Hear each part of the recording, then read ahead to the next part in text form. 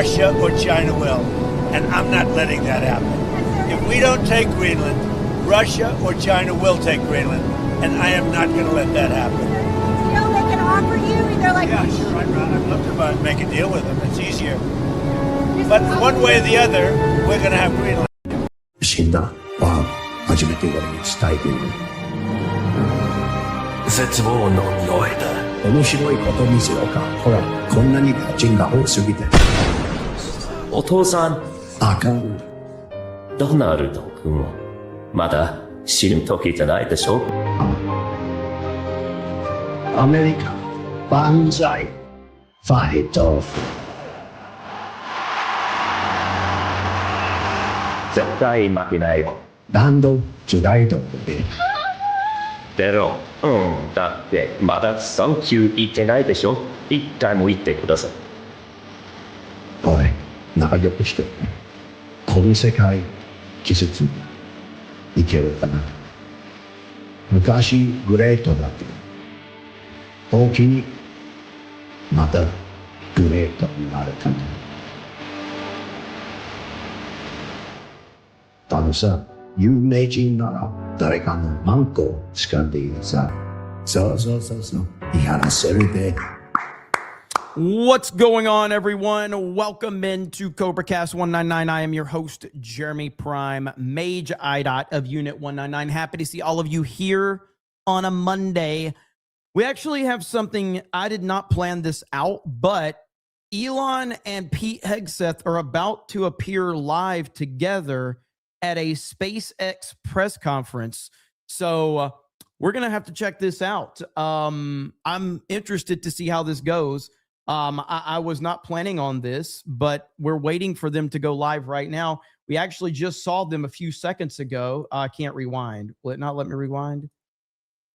They were just, hang on. We just saw them like a second ago. Their feed's all screwed up, but yeah, so Elon and Pete Hegseth right here together. So they're doing something with SpaceX. I don't know the specifics behind it, but yeah, so I guess we will check that out. But good to see all of you here.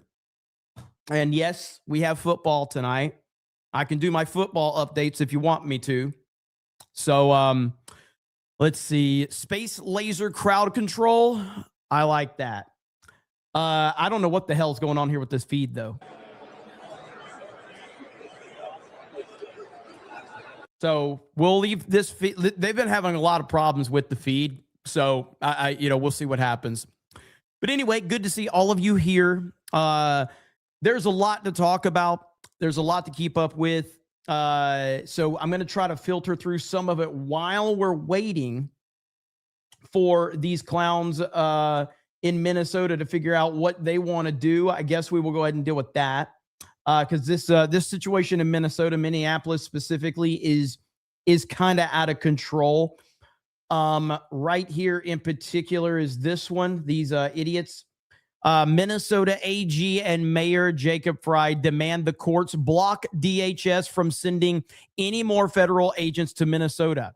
DHS's racist arrests are in violation. We ask the courts end the surge, probably to end the surge of thousands of DHS agents into Minnesota. Never gonna happen. The Constitution is clear and states that they cannot do this.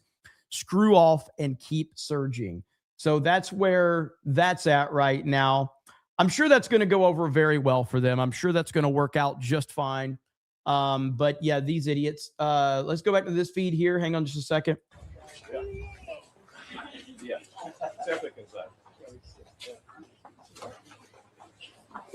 So there's Elon. There's Hegseth.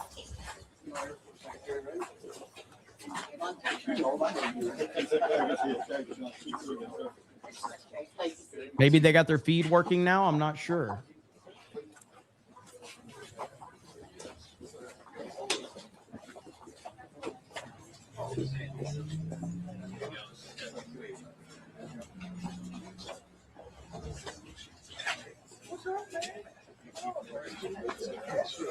Last time the feed cut right here, so we're going to mute that for a minute. We also, the Iran story is really gaining a lot of traction right now. And we're going to try to follow up with that as much as we can. But that is a huge story. There's Ted Cruz. There's Ted Cruz showing up. I'm sure Ted Cruz will have something to say. This feed is crazy. Like, what the hell? This is like really unprofessional. It's almost like I'm running this feed right here. It's kind of crazy. Is it just like a loop? Is that what they're doing? Yeah, they're just like on a loop. Lion Ted. Hey, let's get closer, please.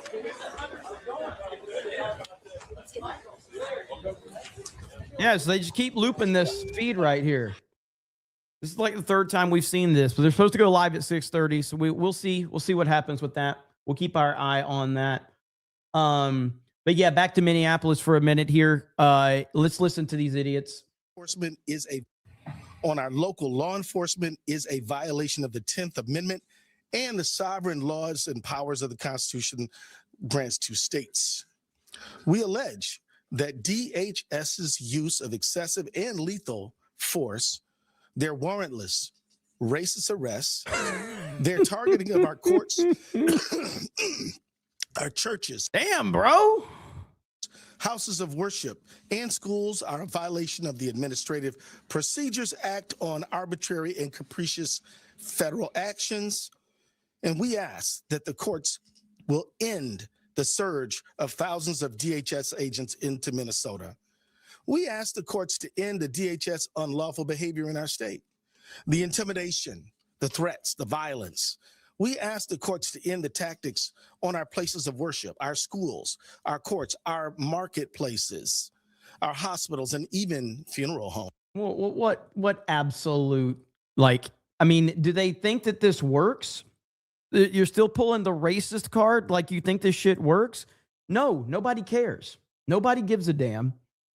Trump won on this topic. He won in a landslide. He won the popular vote, and he was running primarily on this topic. You are on the wrong side of America. Americans are done with this shit. Good Lord, man. It's unbelievable. And on the Minneapolis topic here, of course, the virtue signaling was happening last night with a bunch of Hollywood losers. That's right, a bunch of virtue signaling. Mark Ruffalo, one of the most deranged losers on the planet, could not help himself last night. He had to virtue signal, crying about Donald Trump right here. Leftist actor Mark Ruffalo calls Trump the worst human being in the world. For Renee Nicole Good, who was murdered. We have a vice president who's lying about what's happening. We have we're in the middle of a war with Venezuela that we illegally invaded. He's telling the world that international law doesn't matter to him. The only thing that matters to him is his own morality. But the guy is a convicted felon or convicted rapist. He's a pedophile. He's the worst human being. If we're relying on this guy's morality for the most powerful country in the world, then we're all in a lot of trouble. So this is for her. This is for the people in the United States who are terrorized and scared today. I know I'm one of them. I love this country. And what I'm seeing here happening is not America. Oh, and that's not all. Yeah, he had more to say. He had more to say. I can't really, I got to be honest with you. I'm not feeling so great. We have a woman, Renee Good, was murdered in our streets of America today. And we got literally stormtroopers running around terrorizing. And as much as I love all this, I don't know if I can pretend like this crazy stuff isn't happening. We have a president who says the laws of the world don't apply to a president that was elected in a landslide, Mark. I want you to fully understand that. A president that was elected in a landslide. It didn't matter how much Hollywood celebrities virtue signaled and cried and called him racist and called him sexist and called him Hitler. It didn't matter. He won in a fucking landslide, meaning we, the people, reject you and your Hollywood bullshit. Him, and we could rely on his morality, but he has no morality.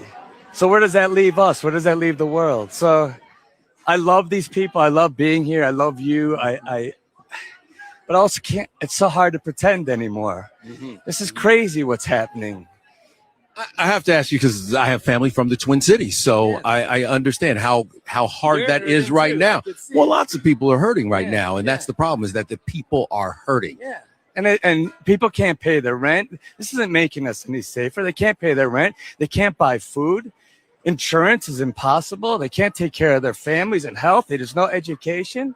I mean, this is not making America better. If it was, I'd be, yeah, great, let's do it. But that's not what's happening. And we have Americans being shot, killed, a woman in her car. So I'm going to ask you this because we're talking about the problems. What do you think we can do what are the solutions? Yeah, come on, Mark. What's the solution there, buddy? I think most Americans want the same thing. They want a little sun on their face. Most Americans voted for President Trump in a landslide. Why won't the interviewer say that? Hey, Mark, most Americans voted for President Trump. He won in a landslide. He won every swing state. What do you think about that, Mark? What do you think about that? They want to know that their kids are going to be okay. They want to know their kids are going to be safe. They want to be able to pay their rent. They want to be able to know they're going to send their kids to a good education. But right now, the whole Senate, the whole Congress has been taken over by corporations. So who's there fighting for us now? Nobody. But if somebody did, they got us at each other's throats. The billionaires got us at each other's throats, right? We're out there killing each other. You know what the solution is? Is doing something for the working people, putting all your focus on that. Here's what I'm going to say. I respect the fact that you're using your time in your forum to get out your message, and I appreciate it. Well, I mean, how can we do that? We can't, I don't know. I can't keep pretending. No, I hear you. It's driving me crazy. An actor says he can't keep pretending. It's literally how you make a living, by pretending to be someone you're not, because we find you to be so incredibly uninteresting and boring as yourself that you get paid millions of dollars to pretend to be someone that you are not. That's how uninteresting you are as a person, Mark Ruffalo. TDS is a hell of a drug. Unicycle Peon for 50 on Rumble says, I needed a break from the stupid Minnesota, Greenland, and Iran crap tonight. This Minnesota retard with the racist label. What a loser. But anyway, I'm just tossing you some green. Keep it held down, yo. Thank you, Unicycle Peon. And also says, Ruffalo's comments just make me support the Venezuelan thing more, by the way. Way to go, dipshit Ruffalo. Okay, I'm out. Time to chill. Hey, man, have a good night. Thank you, brother. I really appreciate it. Yeah, that was like yesterday, man. I thought about going live and I'm like, dude, there's just so much shit. I just want to sit around and watch football. So that's what I did yesterday. But back at it because it's going to be a busy ass week over here. That's for sure. Jesus says, all hail Cobra Commander and Jeremy and King Trump. Let's go. Ehab says, it's going to be wild to watch the Free Palestine people if Gaza gets free because Iran got free and Hamas support gets cut off and it's Trump who drove the final nail. It's so funny that they can't figure out what they're supposed to think and what they're supposed to believe.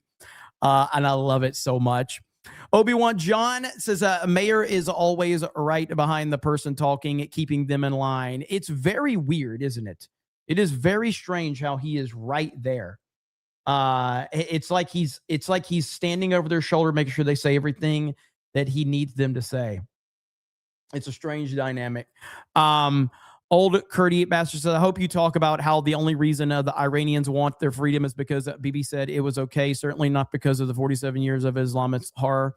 Yeah. I'm going to talk all about Bibi and Israel and how Israel's to blame for everything. That's my show. Jews are responsible for everything. Everything. Every single problem in the world. Like I found a spider in my house. Fucking Jews. They put it here. I know it. It was the Jews. The Jews put spiders in my house. David says, hard to talk with all that bullshit in his mouth. America says, Bark Ruffalo, lies are Lolbert and Groyper approved. I can't read your name for obvious reasons. Did Ruffalo just say Trump is a convicted rapist? Isn't that slander? It would be hilarious if Trump sues the panties off of him. He did say that specifically. And I hope someone shares that with Trump. Now, again, if you guys are curious, the feed still is just sitting here right with this. So, hey, is that for Gary? They're playing music for Gary.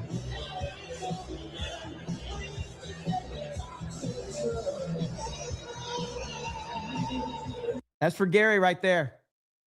I know he's excited to hear some Bon Jovi. So, Golden Nugget says, you look like a Freddie Mercury gay. Andy Plays Game says, there was an episode of Star Trek TNG called Arsenal of Freedom where the AI robots went haywire and tried killing the crew. So, yeah.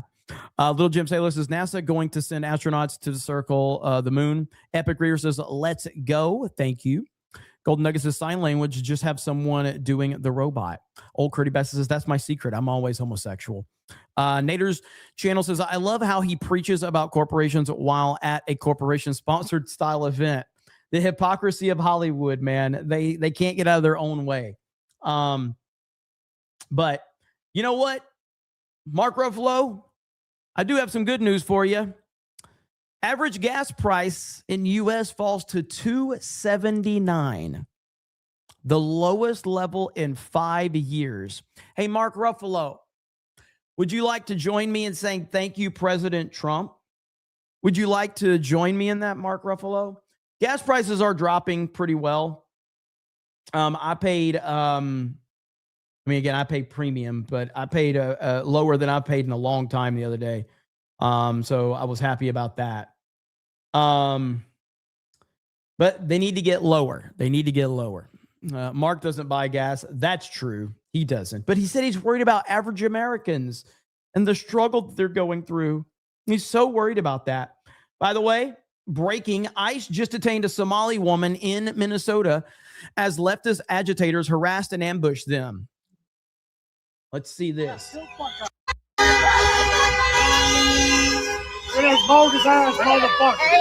Ilhan Omar. Is that Ilhan Omar? Hey, chill the fuck out, bitch. Yeah, chill the fuck out. You ain't gonna do nothing. Chill the fuck out. Don't. Hey, bájale.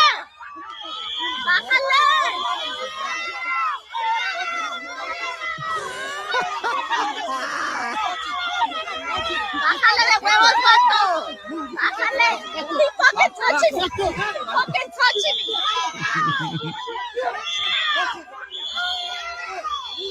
A ver, enseña la cara, perro. Enseña la cara. ¿Y eso qué?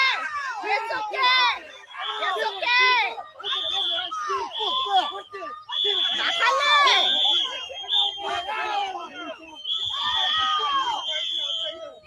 It's a fucking woman. Grow some fucking balls. Ay, bájate la máscara, culero. Bájate la máscara. I just want the people in the video to know, the lady that's speaking whatever language she's speaking. Your pain brings me joy. Your pain brings me an incredible amount of joy. And there's nothing you can do about that. Your pain brings millions of Americans joy. Just want you to know that. Bájate la máscara. You know exactly what the fuck I'm telling you. Y eso qué. Look at the way you fucking have her. All right, we'll calm the situation down. They're fucking men. That's a lady, bro. They're fucking grown-ass men, fucking men handling her. Let me fucking grab you like that, bitch. Shut up, fucking dog. I don't give a fuck. Back up, get the fuck out of here. Don't touch me. Nothing's out of my fucking way then. God, these people cannot live with these freaks. It's not possible. Get them out immediately. Now, while we're waiting to see what happens with this live feed, yesterday, President Trump took questions from Air Force One. And listen, man, there was so much gold in this right here. There was so much gold. And then seeing Caroline Leavitt standing there just laughing and smiling, this was absolute gold right here with President Trump. It was perfect. We'll make a determination. Which options have you been briefed on? Are you meeting with senior? But why would I tell you that? I'm going to tell you the. Are you meeting with Am I going to really? Are you asking me to say what will I do? Where will we attack? When? And at what angle will we attack from? Are you Who are you with? I'm with the U.S. White House TV pool. I'm wondering, are you being briefed on What network are you with? with CNN, sir? Well, why don't you just say I'm with CNN? I love this. So he asked her who she's with. She didn't want to tell him. She said she's with the White House press pool, and it pissed him off. Oh my God, this is classic Trump, dude. Where will we attack? When? And at what angle will we attack from? Who are you with? I'm with the U.S.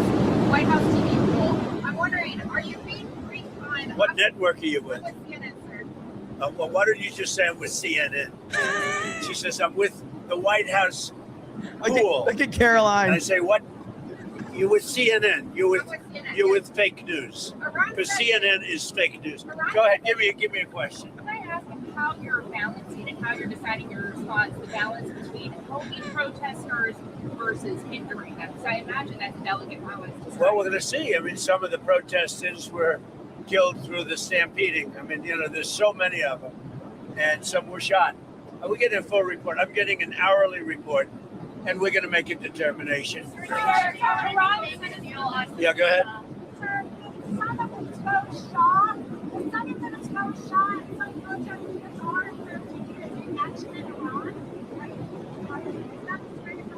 Well, no, people have been shot, and we're looking at it. Yeah, please. I may go at some point. Yeah, sure. We're doing well. Venezuela is really working out well. We're working along really well with the leadership, and we'll see how it all works out. At some point I'll meet. Yeah, she's been very good. Look, she asked us, can we take 50 million barrels of oil? And I said, yes, we can. It's $4.2 billion. And it's on its way right now to the United States. When will you be with China? I'm looking for something to grab here because it's going to get rough, and I don't seem to be in a. I think you did this to me. You put me in a position where there's absolutely nothing to grab. So I'm looking for something to grab, and it's not going to be Caroline. Sir, have any oil companies made commitments to you, sir? Have any oil companies made commitments? Dude. Born to be a comedian, forced to be the God Emperor of the world because we needed him. Born to be a comedian, forced to be the God Emperor. The United States after your meeting on A lot of them, yeah. Which has become an Exxon. Well, I don't want to say. No, I didn't like Exxon's response. We have so many that wanted. I'd probably be inclined to keep Exxon out. I didn't like their response. They're playing too cute. What backstops or guarantees have you told the oil companies? Well, we're going to have guarantees that they're going to be safe, that there's going to be no problem, and there won't be. There's not going to be a problem. They had problems in the past because they didn't have Trump as a president. They had stupid people. What kind of deal are you looking for from Cuba? What kind of deal are you looking for from Cuba? You're going to find out pretty soon. We're talking to Cuba, and you'll find out pretty soon. And one of the things I want taken care of, and one of the groups I want taken care of, are the people that came from Cuba that were forced out or left under duress, and they're great citizens of the United States right now. You have a lot of people forced out of Cuba unfairly, so we're going to take care of, most importantly right now, we're going to take care of the people that came from Cuba that are American citizens or in our country. Are you going to plan to see many oil tankers that are headed to Cuba? Well, we have a lot of oil people really interested. You saw that the other day. That was just a small group because the room in the White House, we need the ballroom. Actually, we could have filled up the ballroom practically. We have so many people that want to go in for oil. So you saw some great companies. Are you going to send Starlink to Iran, sir, to help the people on the ground? If the internet blackout for 74, well, we're gonna be talking about that. We may get the internet going if that's possible. Are you talking about we may speak to Elon because, as you know, he's very good at that kind of thing. He's got a very good company, so we may speak to Elon Musk. And in fact, I'm going to call him as soon as I'm finished with you. Specifically, Iran said that they would consider. And speaking of Elon Musk, him and Hegseth, they have a press conference scheduled. It was scheduled for 6:30. I don't have a feed on it yet. I mean, I'm still waiting for the feed to come in. If they do go live, we will cut over to that. If not, we will finish this, and we got plenty more to talk about. Military and commercial bases as legitimate targets if you struck. Are you concerned Well, if about... they do that, we'll consider things targets they wouldn't believe. If they do that, we will hit them at levels that they've never been hit before. And they won't even believe it. I have options that are so strong. So, I mean, if they did that, it'll be met with a very, very powerful force. I think Iran takes your threats seriously. I think so. Don't you think so, CNN? Don't you think so? Wouldn't you say that they probably do at this point? After going through it for years with me, being hit, Soleimani, al-Baghdadi, the Iran nuclear threat I love this. Down. Don't you think, and then you just had Venezuela, don't you think, she says, CNN, do you think they take your threat seriously? Wouldn't you say they do after all of the things we've done?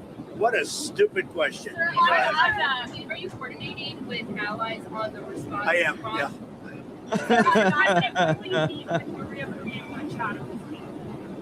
I don't know. I hear Tuesday or Wednesday. I look forward to that. Have you made your board of peace for Gaza yet? Where do those Well, we have a board of peace that's being formed, but essentially it's the most important leaders of the most important nations.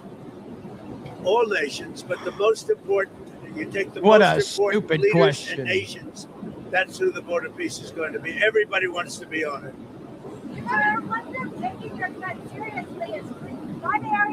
Who are you with? Well, I like the New York Post. The New York Post treats me semi-fairly. So go ahead. I love how he qualifies them. He's like, "Who are you with?" Okay, I like the New York Post. They treat me fairly, and then he like lets them go. But if they say they're with MSNBC or CNN, he just completely disrespects them. It is the funniest shit ever. It's so good.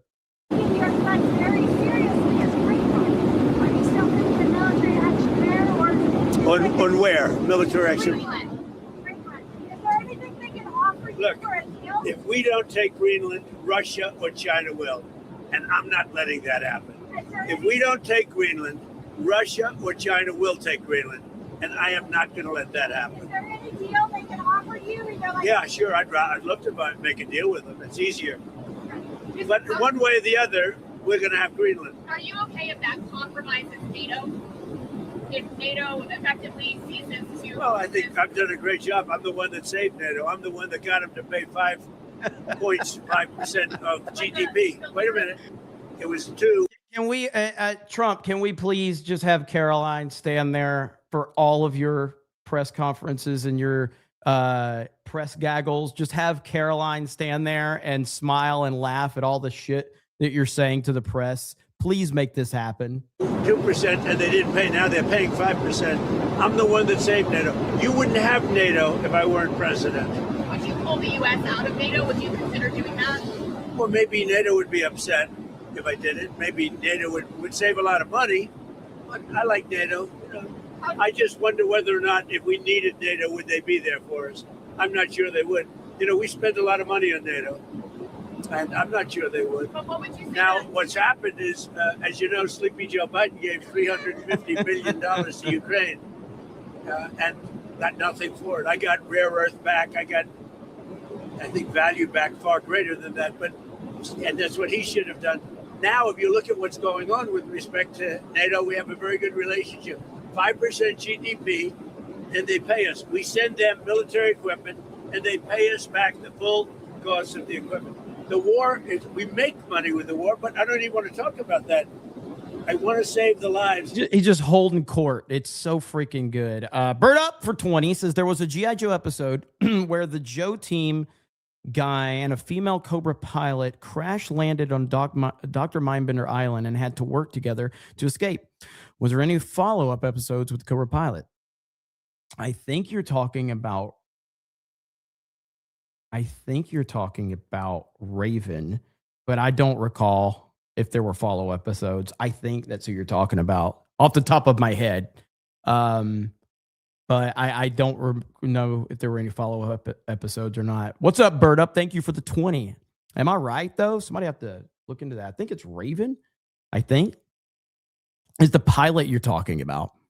Nader Channel says, I love how he preaches about corporation. Oh, yeah, we got that one. That was Mark Ruffalo. Ryan Miller says, it's absolutely pathetic to hear this woke elite's virtue signal about politics and play the victim, even though they are getting paid billions to act. Yep.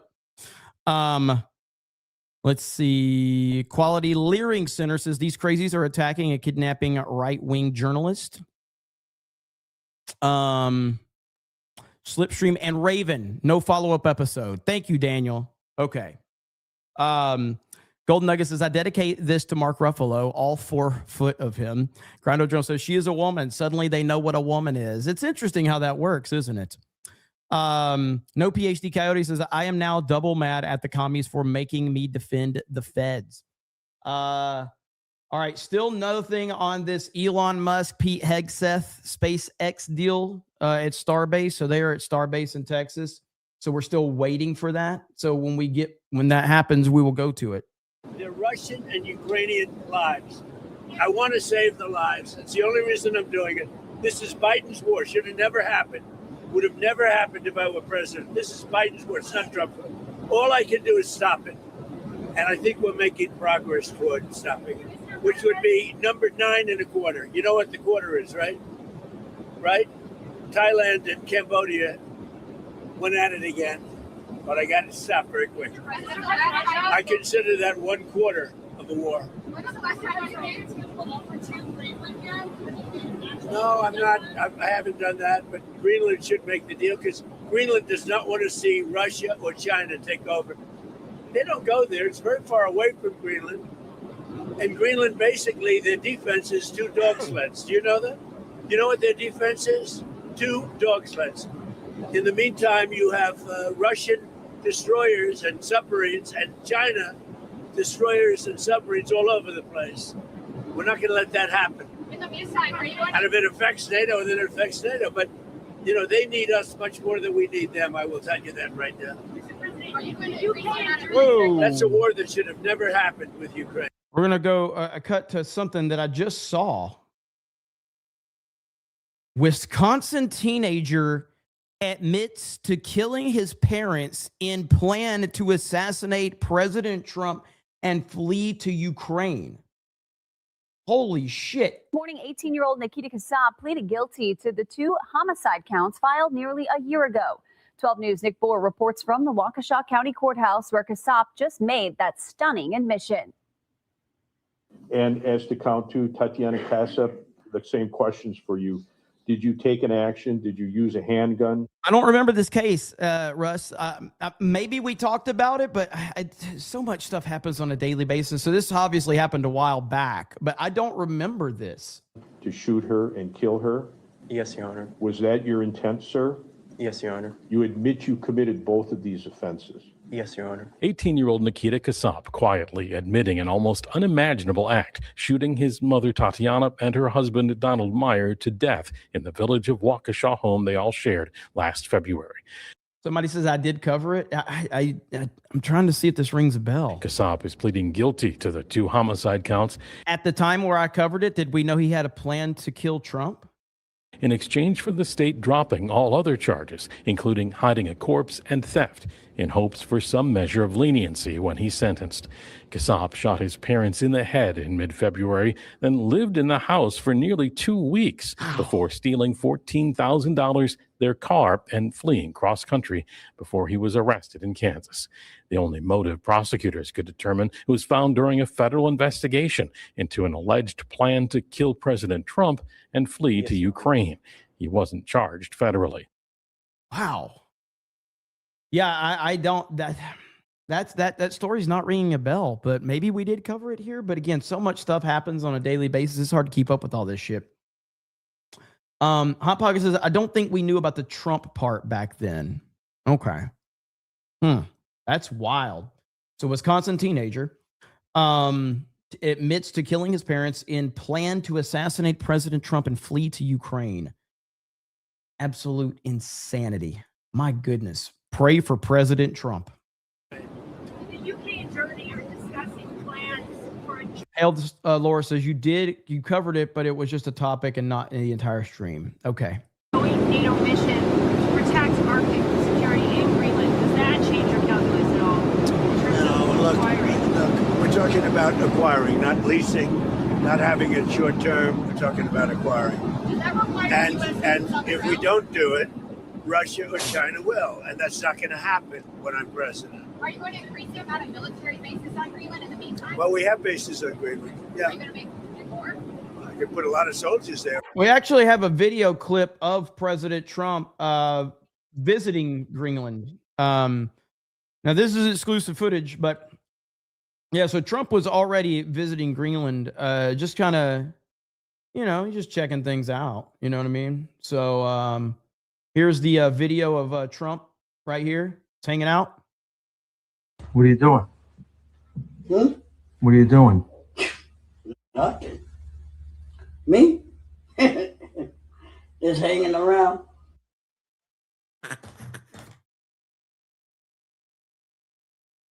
If you've seen the original Beetlejuice meme.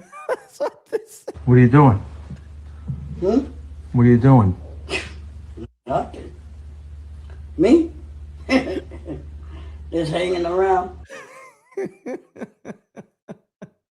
Right now, if I want, but you need more than that. You need ownership. You really need title, as they say in the real estate business. Sir, in Minneapolis, your administration has advocated for absolute immunity for the ICE officer who shot Renee Good. How do you define absolute immunity? Now, this is the part where he's talking about Minneapolis and the situation that happened with the ICE agent and the woman. And this is why Trump is the GOAT right here. He does not bend to political narrative bullshit. He doesn't care about politically correct bullshit. He tells it like it is. What does that mean? Well, everyone's seen it. And the woman was very violent. She's a very radical person. Very sad what happened. Her friend was very radical. Go But drive. And how do you And define that? well, I'm going to let the people define it. But immunity, you know what immunity means as well as I do. So that officer But should be back on people the force. can't be treating law enforcement that way, whether it's ICE or Border Patrol or our police and men and women. You can't do that. We have, the law enforcement in our country is doing really well, despite the fact that Sleepy Joe Biden allowed people to pour through an open border. Crime stats just came out. We have the best crime stats on record, despite all the criminals he allowed into our country. We've gotten a lot of them out. We have to respect our law enforcement. At a very minimum, that woman was very, very disrespectful to law enforcement. Yes. And you heard the same noises. You saw the Yes. same crunch that I saw. You can't do that with law enforcement, whether it's police or ICE or Border Patrol or anybody else. When it comes to ICE officials, Yeah. so, Mr. Whitten, well, just to clarify on the absolute immunity, do you believe ICE officers should have absolute immunity? Well, no, somebody is obvious. What a stupid question. He should have called her out on it. That's a stupid fucking question, what she just said. Do you think ICE officers should have absolute immunity? Of course, nobody thinks that any police officer should have absolute immunity and they can do whatever the fuck they want. My God, these reporters are so stupid. Crazy and does something wrong. No, but generally speaking, these people have been harassed and threatened every day. They had bands out playing so they couldn't sleep at the hotel. I see what they're doing to them. They're threatening them constantly. And all they're doing is doing what I got elected on. Yes. We had millions of people that came into our country that are horrible people that shouldn't be in our country. They're murderers, they're drug dealers, they're people from mental institutions, they're the criminally insane, they're people from prisons. They were allowed to come into our country because Biden was a stupid person and the people surrounding him, very smart, very vicious, but they have no common sense and they're radicalized people. They're radical. You can tell Caroline wants to laugh at everything Trump says, but she can't just sit there and laugh the whole time. Left people, not radical right. They're radical left people.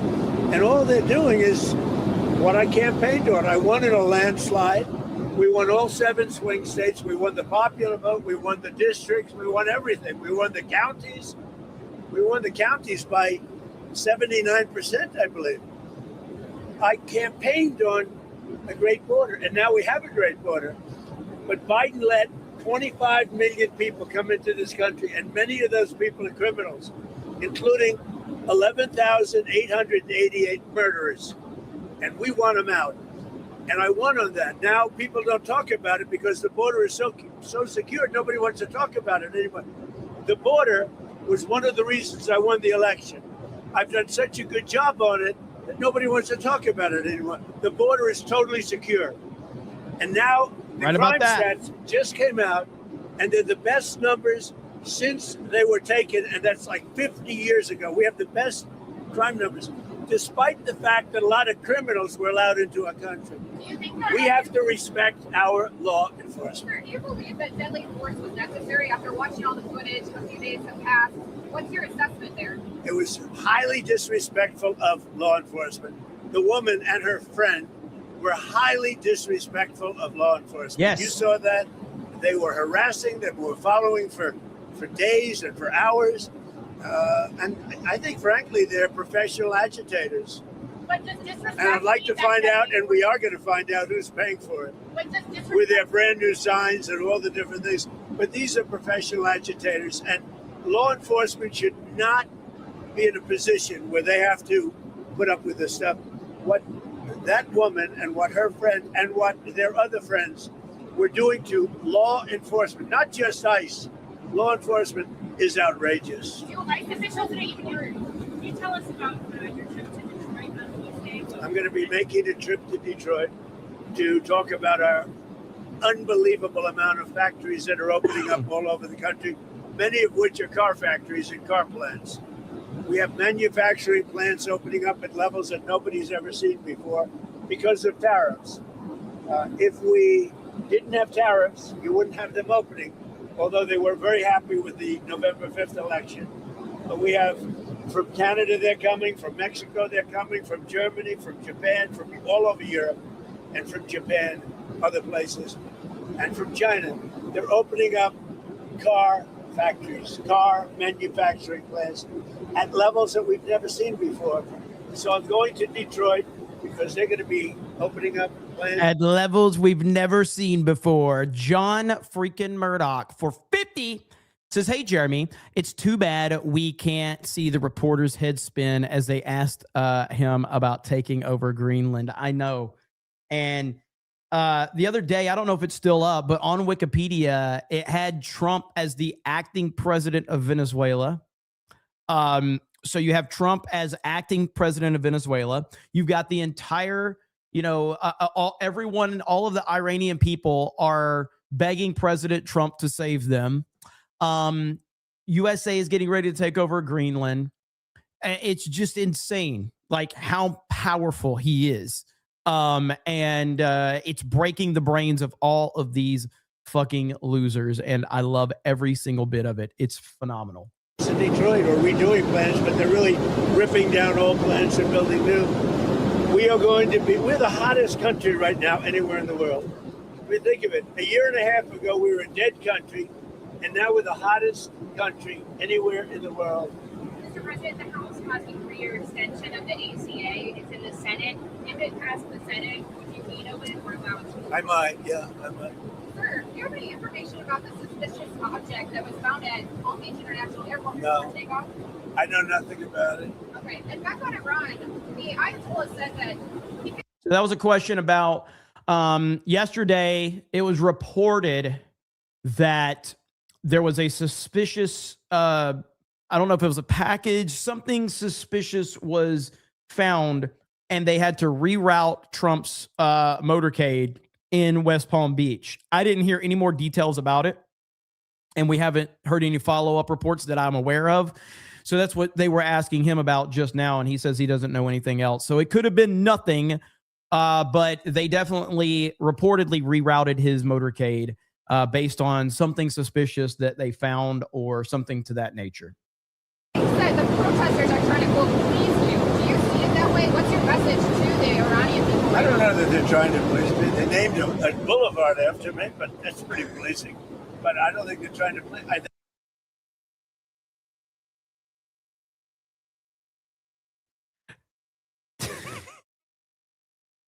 you see it that way? What's your message to the Iranian people? I don't know that they're trying to please me. They named a boulevard after me, but that's pretty pleasing. But I don't think they're trying to please. I think they just want peace. They want to have freedom. The protesters are after freedom. Iran has not allowed freedom for a long time. And the protesters, I don't think they're trying to appease me. They're trying to get somebody to help them. They're under siege. And now it looks like they're being shot, which is a very bad thing. Administration in contact with the Iranian opposition leaders as this is unfolding? Yeah. What's the message to them? Yeah. You're going to find out pretty soon. You said that help is on. Yeah, go ahead. With the beautiful red hair. Thank you. I appreciate that. We're coming up with the premiere of Melania. Have you seen the movie yet? What are your thoughts on it? I've seen pieces of it. It's incredible, I tell you. I think it's going to do, you know, she did a book, and the book was a big #1 bestseller, and this is a movie, and it seems to be captivating a lot of people's attention. It's very good. Because here we go again. Yeah, it's going to be doing the premiere at the Trump Kennedy Center. You know, it'll be very exciting. It's a very hard ticket, I can tell you. Everybody, Wayne Gretzky and his wife Janet, beautiful wife, great wife. They said last night, "Gee, I want to go to." Everybody wants tickets to the premiere. I think it's going to be great.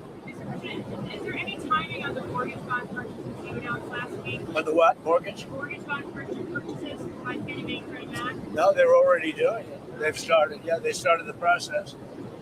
And it's having a great impact. Interest rates are falling very rapidly. Not only for that reason, for other reasons too. But interest rates are falling very rapidly. With no help from the Fed. Because we have a total stiff at the Fed. Yeah. What happens if the credit card companies don't comply by the So Elon and Hegseth still have not gone live. So I'm keeping my eye on that feed as well. Well, then they're in violation of the law. Very severe things. No, I want a cap on credit card interest rates because, you know, some of them are 28, almost 30%. And that the people don't know they're paying 30%.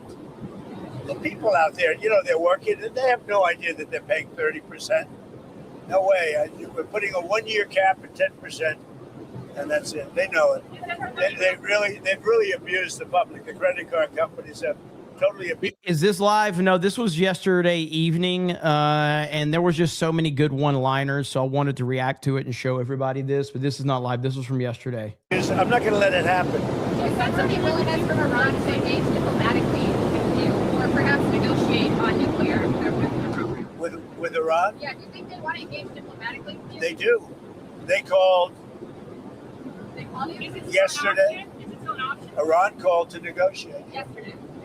Yesterday. The leaders of Iran called. They want to negotiate. I think they're tired of being beat up by the United States. Can you share any details on that? Iran wants to negotiate, yes. We may meet with them. I mean, a meeting is being set up. But we may have to act because of what's happening before the meeting. But a meeting is being set up. Iran called. They want to negotiate. Thank you very much, everybody. What are you going to do? Be careful. A lot of bumps.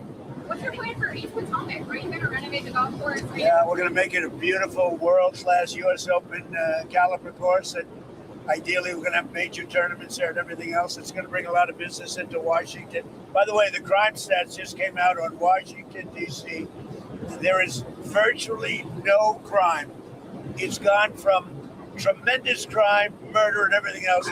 There's virtually no crime in Washington, D.C. Thank you, President Trump. Thank you very much, everybody. The king himself, President Trump. It's so funny to watch him roast these idiots. So I got to talk to you one thing, and this is a big, this is probably more of a Geeks and Gamers story. So I might make a video on it, but it's starting to get some traction. So I am a huge fan of the show Landman. And last night's episode, and there's not even this isn't any real spoilers for the show. It's one scene. There was one scene in the show where they seemingly are making fun of pronoun gender freaks. And it's pretty funny. So right here, Paramount's Landman is going viral for having a pretty blonde actress politely school a liberal character on they, them pronouns. Now the they, them pronouns part, and the funny thing is the they, them freak is from Minneapolis, which is perfect. But right here is the scene. Right, I think I can show this. I hope I can. So, what are your pronouns? My pronouns?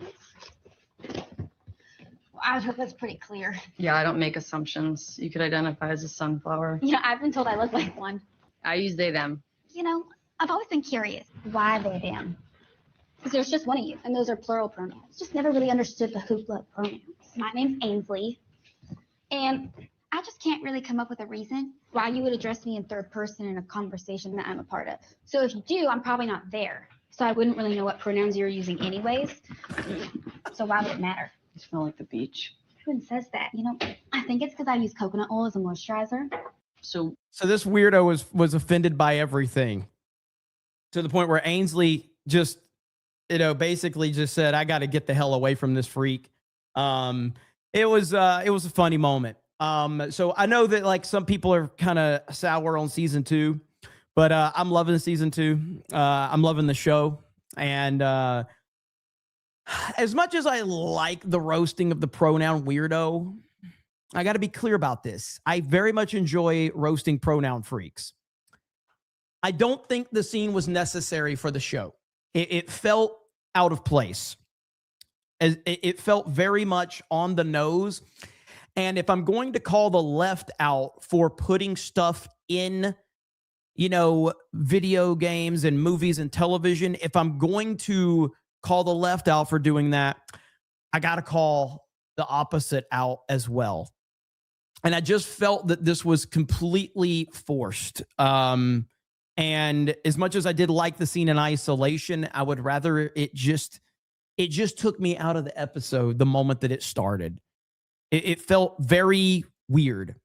And I would have rather it just not been in it at all. Because that's the whole thing that we've been fighting against is just leave these freaks shouldn't even have a place in a show like Landman. Now, Taylor Sheridan and a lot of conservatives are going to see this and they're going to be like, Taylor Sheridan, man, he's based. No, he's not. He makes awesome content and I like a lot of his stuff. Taylor Sheridan is not a based MAGA alpha Chad. He puts scenes in some of his shows that makes people think that he is, but he has plenty of virtue signaling bullshit in his shows as well. And that's just the truth of the matter. There's virtue signaling in Yellowstone. There's virtue signaling in the prequels to Yellowstone.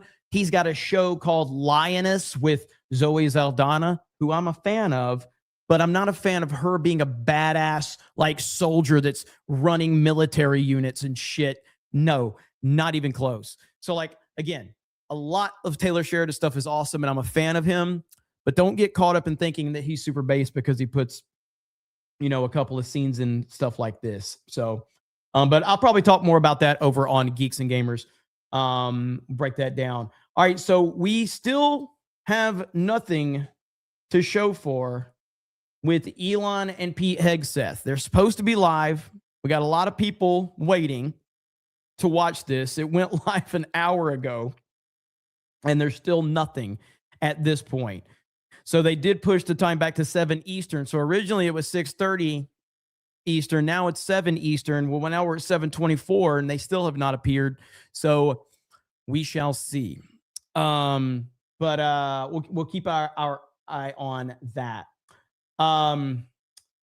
Let's see. There's a lot more to talk about. Now, in terms of the Greenland stuff, there was actually a good video that kind of, for people that are kind of trying to understand what the point of Trump and Greenland is. I've actually got a video. I could find it. Is that it? No. I don't know what I did with it. There was a video that I wanted to show everyone in reference to Greenland, and I can't find it right now. So, did YouTube remove it? I don't know. Up, the camera panned back. We might have life. The camera has panned back a little bit. We could be getting close to an appearance of Elon. And Elon's probably going to say something that he probably shouldn't say. And that's one of the reasons I'm so interested to watch this. I anticipate Elon saying something. Maybe he's going to call out Ashley St. Clair. For those of you that, are not aware, that whole thing has gone out of control. So Ashley St. Clair, you guys know who Ashley St. Clair is, at least a lot of you do, but that is one of Elon's baby mamas. And she was a right-wing grifter, and she worked her way into the right-wing MAGA influencer network, and she was friends with everyone. And she eventually got to meet Elon Musk because Seth Dillon of the Babylon Bee introduced Elon and Ashley St. Clair. And so eventually Ashley, I called her out and I got blocked by her. I called her a fake conservative, a DeSantis bro. And she got really upset when I called her out, and she blocked me. And this was when the MAGA influencers were still kissing her ass. But long story short, she had Elon's baby, and she got really upset. Here it is right here. Never forget that Seth Dillon from the Babylon Bee arranged the first meeting of Elon Musk and Ashley St. Clair. She wrote a children's book against transgenderism. Now she's defending pruning out children in just a few years. So she eventually pretended like she cared about all this stuff. She had Elon's baby. Elon basically banged her and left her, but he paid her all types of money, paid her a ton. And that wasn't good enough for her. She thought she was the it girl. But unfortunately for her, she was not. So she went public with the fact that she had Elon's baby. She went public and she started attacking Elon. She then says dark woke because the other option is bootlicking feds plus pedophiles plus nerds. And then this person says, you've previously engaged in blatant transphobia. How do you feel about trans people in the wake of noticing how the far right truly is? She says, I feel immense guilt in my role, and even more guilt that things I have said in the past that may have caused my son's sister more pain, meaning Elon's son that claims that the son that claims that he's a girl. I think I got that right. So she, Ashley St. Clair is essentially apologizing for any transphobia in the past. Now, Elon Musk has come out and said that he is going to go after full custody because of her comments, because he feels that she is going to try to trans his child. And so Elon is going to go for full custody now. They have taken Ashley St. Clair's ability to get a blue check mark away. She's playing the fake victim on that. So it's a mess. It's an absolute mess. What a wild story, man. Elon, stop sticking your dick in crazy, bro. Like, well, come on, Elon, you got to stop.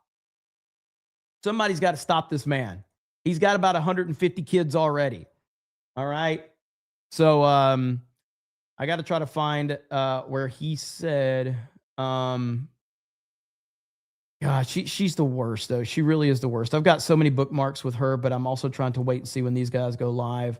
But I am happy that so many people are seeing her for what she is, because she is a terrible person. She always has been. And there was a lot of people that kissed up to her when she was at the height of her MAGA influencer days. And now they've all kind of quietly abandoned her. She was going to work with Timcast. Timcast gave her a job. The Babylon Bee gave her a job. She was the right-wing darling of so many of these clowns. Right here, this is Milo has this. So Ashley St. Clair plotted for half a decade to hook up with Elon Musk. So this was back in 2020. I need to get Elon Musk's attention for a marriage proposal. Greg says he's got a kid with a woman already. Seems unlikely to work out. She says, well, he actually has 7 kids and goes through women pretty fast. So there you have it. And this is Elon saying whoa to Milo's tweet when Elon found out that she had been plotting on him for a while. What a crazy story, man. Bitches be crazy. That's the moral of the story. I've got several videos where I talked about her and called her out. Yeah, this is the online influencer world. Interestingly enough, someone I can't stand had a good point about her. Ian Miles Chungus says, having known Ashley St. Clair personally for nearly a decade, I believe the truth behind her recent behavior is more cynical than simple activism. She is a narcissist acting out her worst impulses. She adopted a specific political ideology as a weapon to hurt Elon Musk, a man she has no control over, while receiving praise for his enemies, from his enemies. Because of this, Elon should immediately file for custody. Ashley has clearly indicated a willingness to subject their son to gender reassignment therapy, primarily to spite his father. This is deranged, by the way. This is deranged. This is exactly what she's doing. Because she is hurt because she thought she was going to be Elon's one and only. And now she found out she's not. By the way, Elon was going to give her like $50 million or something like that. He paid for her Cybertruck. He was paying her millions of dollars a month. He paid for her apartment in New York City. He was giving her everything, and that wasn't enough for her. She is using the boy as a pawn in a personal vendetta, and her narcissism is fueled by a crowd of haters who would happily see a child's life ruined if it meant seeing Elon suffer. She is chasing clout at the expense of her son's future. This innocent boy deserves the protection of a father who has the means and the heart to save him. 1,000% on that one. It was $15 million plus $100,000 a month. So it's a crazy, crazy situation. All right, are these guys finally?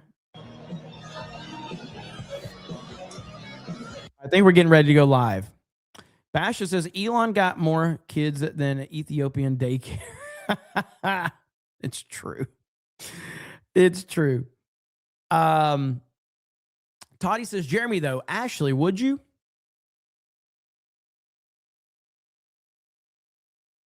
Knowing now what I know, no. But if I didn't know how crazy the bee was, yes. But knowing how crazy she is, I would have to stay the fuck away from it. But this is with the information because this chick is fucking crazy. But if I didn't know how crazy she was, then absolutely. Mar Millen says Ashley, Candace, and a few others, other trad wife conservatives are just feminist leftists in the end. They want the same stuff as the far left. They were just scorned once and flipped overnight. 100%. Yes. Rob says, Jeremy, did you read about Oregon being forced to remove 800,000 fake, dead, ineligible names from their voting rolls? Only 4 million people in Oregon needs a dam. Really? I did not hear about that. I did not. But we can give you a dam. We can damn sure do that. Damn. Thank you, Rob. Pack Proton says, I always want to talk, want you to talk football. However, I never want to see that Sydney Sweeney again. Ever. Tara Crystal says, boss, just a reminder, you got 2 boxes to pick up. Noted. I'm glad you said that because I actually had to put a reminder in for someone to pick those up for me. So thank you, Tara Crystal. Packet Proton says, I hope we keep our promise to Iran. Otherwise, we'll have a double created set of villains in the East. Daniel Moore says, might liberate Iran for the thumbnail girl. Nate the Great says, hey, Fig, just curious, who's going to the Super Bowl? I mean, there's 2 ways I can either predict who I think would go or who I want to go. Don't tell Ryan that I said this, but one half he'll be happy. I want to see the Bears versus the Steelers. I want to see Aaron Rodgers versus the Bears. That's what I want to see. I would love to see Steelers versus the Bears. But honestly, I think it's going to be Bears Patriots is a very the story of the Bears is just a great story. I don't necessarily know if the Bears are the smartest pick, but I'm going to probably say Patriots and Bears, and I think that will be a very good Super Bowl. That would be a very good Super Bowl. But I don't know. The Bears don't seem to be able to put 4 quarters together. They are very good late in the game. So we shall see. Objectively, Cat says Milo's the ultimate modern court jester. Incoherent Name says the Pentagon Pizza Index is spiking right now. Expect military action soon. Dark Red Knight says Jeremy's the straightest guy on Bro Island. Bronsonite says, are you prepared for the rope-a-dope when they finally whip the dick out on you and it goes woke virtue signaling at the end as usual? Are you talking about Landman? I mean, we'll see what happens. I'm really liking the show, but I get where some people's criticism of season 2 is. I understand where people are with kind of more the soap opera element. And I do kind of understand that, but I just enjoy the show. Billy Bob Thornton does such a good job as Tommy. And I just enjoy the atmosphere that it makes, that they've created. All right, we're still waiting for this. So we're going to continue to talk about other stuff while we're waiting for these guys to go live. Never know how you just don't know. To follow up on the story, though, to close out this story, Elon Musk has confirmed he will seek full custody of the 1-year-old son he shares with Ashley St. Clair following her remarks about a potential gender transition. He did say that he's going to do this, and I hope that he wins, and I hope that all of her comments that she has been lashing out on social media, I hope that she absolutely loses custody. She should lose everything. She's lost her relevancy. She's lost her sweet spot in the conservative MAGA movement. And hopefully she loses everything else. So what an absolute horrible, horrible person she is. And, man. Okay. So Secretary of War Pete Hegseth is ecstatic to see Elon Musk in Texas. So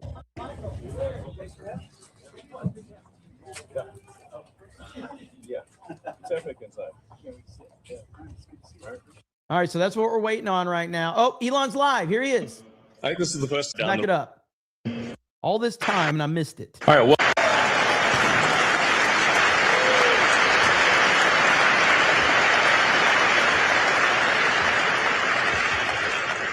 All right, welcome to Starbase, Texas.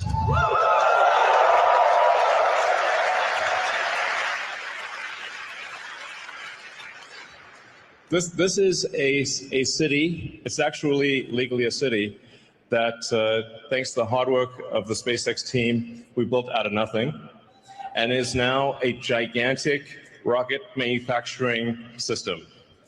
So, and for people out there who are curious to see it, we're actually on a public highway, so you can come and visit and drive down the road and see the epic hardware. So I think this is the first time that a rocket development program has actually been on a public highway. So you can come and see the epic stuff. We're honored today to have the Secretary of War, we'll see, Pete Hegseth, and much of the senior leadership of the Pentagon here. It's an honor to have them visit. We just did a tour of the factory, and I think it really helps illustrate how manufacturing and manufacturing at scale is critical to the strength of America.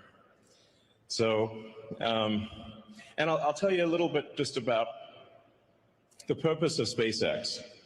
It's like we want to make Star Trek real. Okay? We want to make Starfleet Academy real, so that it's not always science fiction, but one day the science fiction turns to science fact. And we have spaceships going through space, big spaceships, with people going to other planets. Audio's a little jacked right now. And ultimately going beyond our star system to other star systems, where we may meet aliens or discover long-dead alien civilizations. I don't know, but we want to go and we want to see what's happening, and we want to have epic futuristic spaceships with lots of people in them, traveling to places we've never been to before. Yeah, that's that's the goal.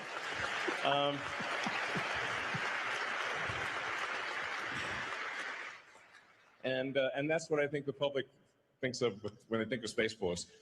So on that note, I'd like to introduce the Secretary of War, Pete Hegseth.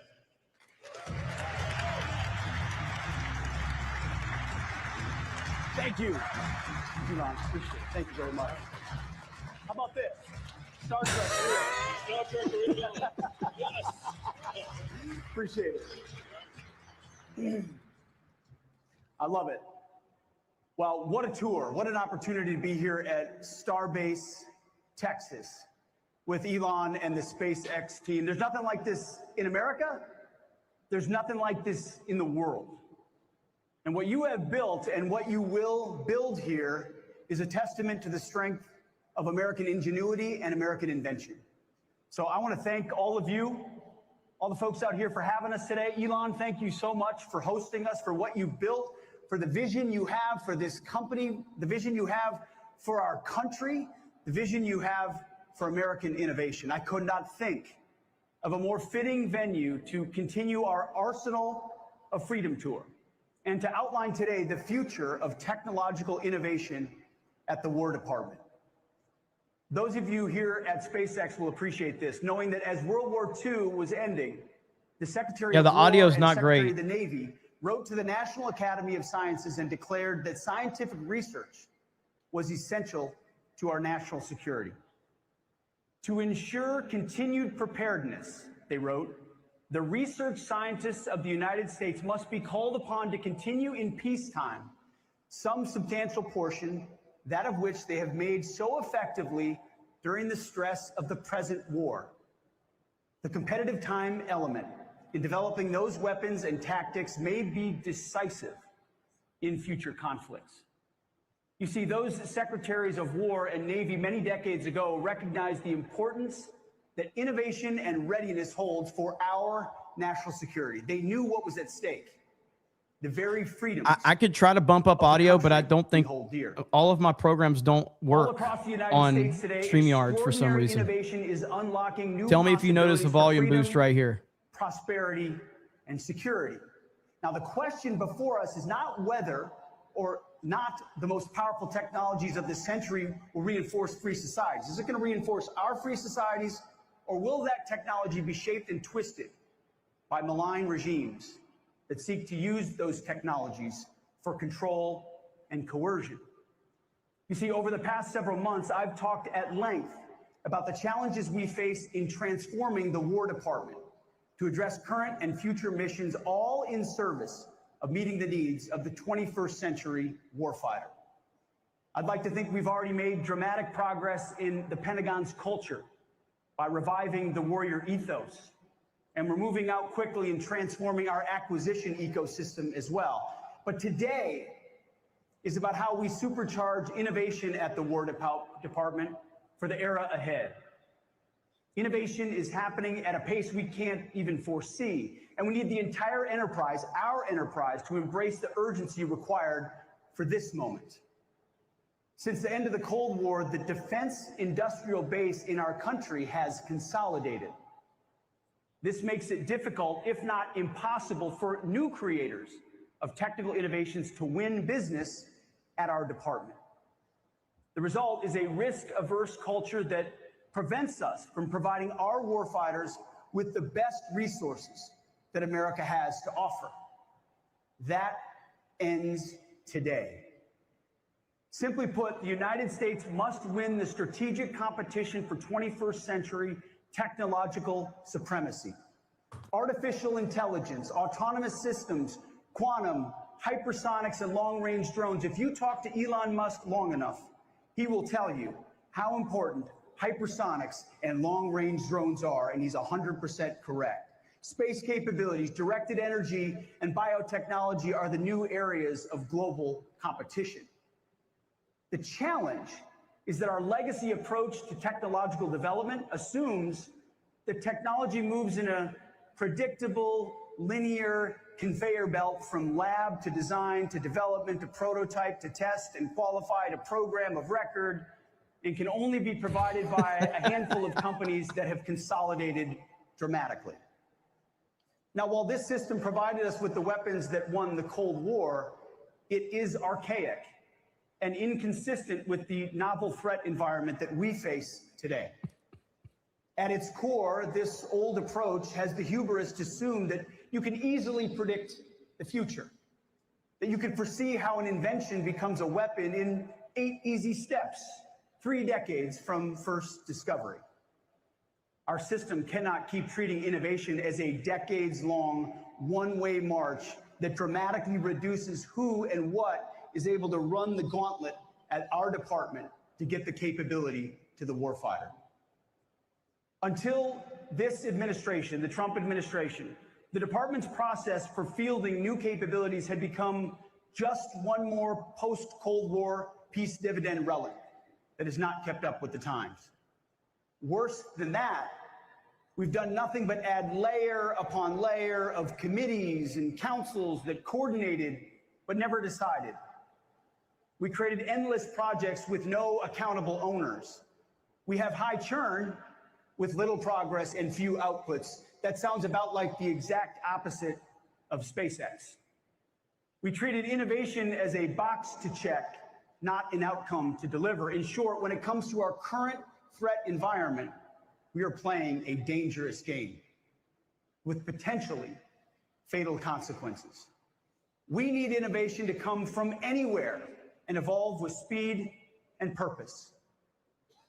You see, America's open scientific community is an advantage authoritarian regimes cannot replicate. They can read our scientific papers and copy our invention or distill our AI models, but they cannot replicate a culture like this one of open and distributed research. We need to be blunt here. We can no longer afford to wait a decade for our legacy prime contractors to deliver the next perfect system, only to find that it's delivered years behind schedule and cost 10 times what it should. Winning requires a new playbook. Elon wrote it with his algorithm. Question every requirement, delete the dumb ones, and accelerate like hell. That's why I want to make clear across the War Department and for our partners in the private sector that our Undersecretary of War for Research and Engineering, Emil Michael, right here in the front row, is the War Department's single chief technology officer, one CTO for the entire enterprise. Novel concept. As the sole CTO, Emil will set the technical direction, lead the innovation ecosystem that will welcome progress from anywhere it resides. And he'll tell me, face to face, every day, and frankly, whether we are gaining or losing the technology and innovation competition. He'll have the decision authority and will lead through rigorous evaluation with a focus on real, measurable outcomes. Now, Congress, and we have many members of Congress with us here today, will be our partner in this. By affirming the Undersecretary's role as the department's CTO, we're carrying out the core mission for R&E that Congress assigned in statute. The last defense bill expanded the CTO's authorities, including the power to direct military departments and other components to align around clear, innovative outcomes. We will use them to deliver those outcomes with speed and urgency. An empowered CTO will inject a disruptive mindset directly into our systems, directing the power of America's world-leading scientists and entrepreneurs, our cutting-edge labs, the tech ecosystem, and our capital markets to build what the warfighter needs, but to do so better, faster, and cheaper. And Emil is the right man to do it. You see, this isn't about military structure. This is about building an innovation pipeline that cuts through the overgrown bureaucratic underbrush and clears away the debris, Elon style, preferably with a chainsaw, and to do so at speed and urgency that meets the moment. As I've said repeatedly to every audience, the President of the United States and I have the backs of our warfighters who have to make split-second life and death decisions on the battlefield. And I want this audience to know that we also have the backs of innovators who share that very same urgency. American taxpayers, especially those parents whose sons and daughters have answered the call to serve, I swore in 10 more today, demand, and I demand, and we demand, that we arm our warfighters with overwhelming and lethal technology right now, not a decade from now. In modern warfare, the fastest innovator and iterator will be the winner. And no one can out-innovate an American entrepreneur who has been liberated from the constraints of stifling bureaucracy. That old era ends today. We are done running a peacetime science fair while our potential adversaries are running a wartime arms race. Right now, from garage startups to factory floors to boardrooms across our nation, the question of how to harness innovation coming out of America's AI ecosystem is front and center, and rightfully so, because it has the potential to disrupt and transform every area of human endeavor. The same is true in the Department of War. President Trump's AI executive order spells out our approach succinctly. It is the policy of the United States to sustain and enhance America's global AI dominance in defense of human flourishing, economic competitiveness, and national security. That, ladies and gentlemen, is the War Department's mission. We must ensure that America's military AI dominance so that no adversary can exploit that same technology to hold our national security interests or our citizens at risk. America first in every domain. Last month, I took the first step toward changing how the department does business with frontier AI technologies when we announced the rollout of Gen AI with our partners from Google. And I want to thank the Google team for leaning forward and making the investment to get their Gemini app to about 3 million users in the War Department. But today, we're excited to announce the next frontier AI model company to join GenAI.mil, and that is Grok from xAI, which will go live later this month. So I want to thank you, Elon, and your incredible team. That's going to upset for leaning forward Ashley with us on St. this as Clair. well. Very soon, we will have the world's leading AI models on every unclassified and classified network throughout our department. Long overdue. To further that, today at my direction, we're executing an AI acceleration strategy that will extend our lead in military AI established during President Trump's first term. This strategy will unleash experimentation, eliminate bureaucratic barriers, focus on investments, and demonstrate the execution approach needed to ensure we lead in military AI and that it grows more dominant into the future. In short, we will win this race by becoming an AI-first warfighting force across all domains, from the back offices of the Pentagon to the tactical edge on the front lines. The catalyst for this acceleration will be 7 pace-setting projects focused on mission threads across warfighting, intelligence, and enterprise missions, each with a single, accountable leader, aggressive timelines, and measurable outcomes to answer a familiar question, Elon. What have you accomplished this week? This is the execution standard for AI-first transformation. Each of the 7 pace-setting projects will use the following model. 1 owner who reports monthly on their progress. These projects will not be run in a vacuum, but will work directly with warfighters and transition partners to ensure we incorporate real-time operational feedback. We expect rapid iterations with failure accelerating the learning curve. These are not science projects. They are not governance boards. They are the execution standard for the entire department. We will not win the future by sprinkling AI onto old tactics like digital pixie dust. We will win by discovering entirely new ways of fighting.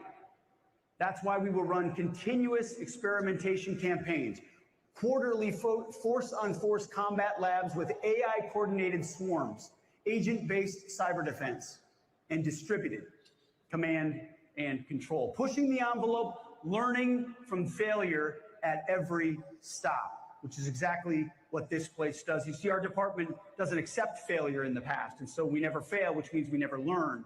We're flipping that dynamic. Before talking about the new rules of the game, let me talk about a little bit more about our new team, because no game can be won without the right team. And we're proud to announce that Mr. Cameron Stanley has been appointed the new Chief Digital and Artificial Intelligence Officer, CDAO, of our War Department. Cam will be leading a new team, many of whom have foregone, thank you, or left lucrative careers at pioneer companies such as AWS, Databricks, Palantir, and Meta to join the fight. This team will not only provide a catalyst for change in this department, but will also act, we believe, as a magnet for other talented members of the tech community who want to join us in doing the mission-focused work to protect our great republic.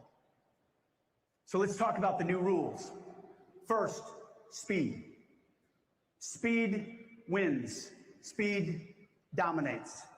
Our enterprise currently operates on staffing and committee cycles measured in months and years, and that's unacceptable. Military AI is going to be a race for the foreseeable future, where the risks to U.S. national security of moving too slowly outweigh the impacts of imperfect alignment. To do this, Cam and his team at CDAO will define AI deployment velocity metrics for all the pace-setting projects in the next 30 days and report at least monthly after that. These will become the new benchmarks for programs across the department. Second, bureaucratic blockers. If you work with Elon, you know he finds the blockers and you remove them. We will take a wartime approach to people and policies that block this progress. You want to block? You can work somewhere else. Barriers to data sharing, authority to operate, or ATOs, test and evaluation, and contracting are now treated as operational risks, not simply bureaucratic inconveniences. We are blowing up these barriers. That's why today at my direction, I'm establishing a barrier removal SWAT team under R&E with the authority to waive non-statutory requirements and escalate to our great Deputy Secretary, Steve Feinberg, anything that slows down the acceleration of AI capabilities. Third, compute resource.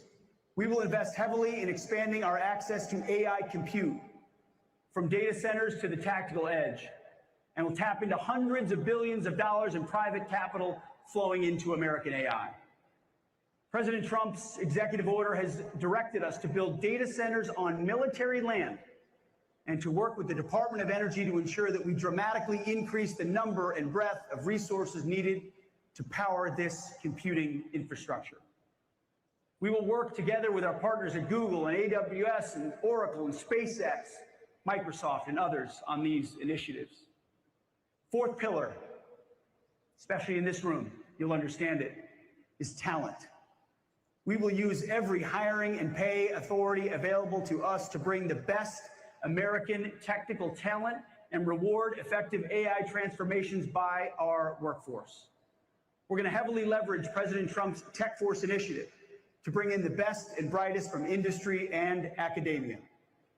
With people like Elon, David Sachs, Emil, Mike, and others from the entrepreneurial and business world already in government, we have shown that we can and that we must enlist the world's leading talent in this cause.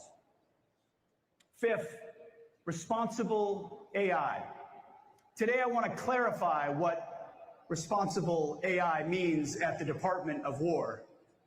Gone are the days of equitable AI and other DEI and social justice infusions that constrain and confuse our employment of this technology.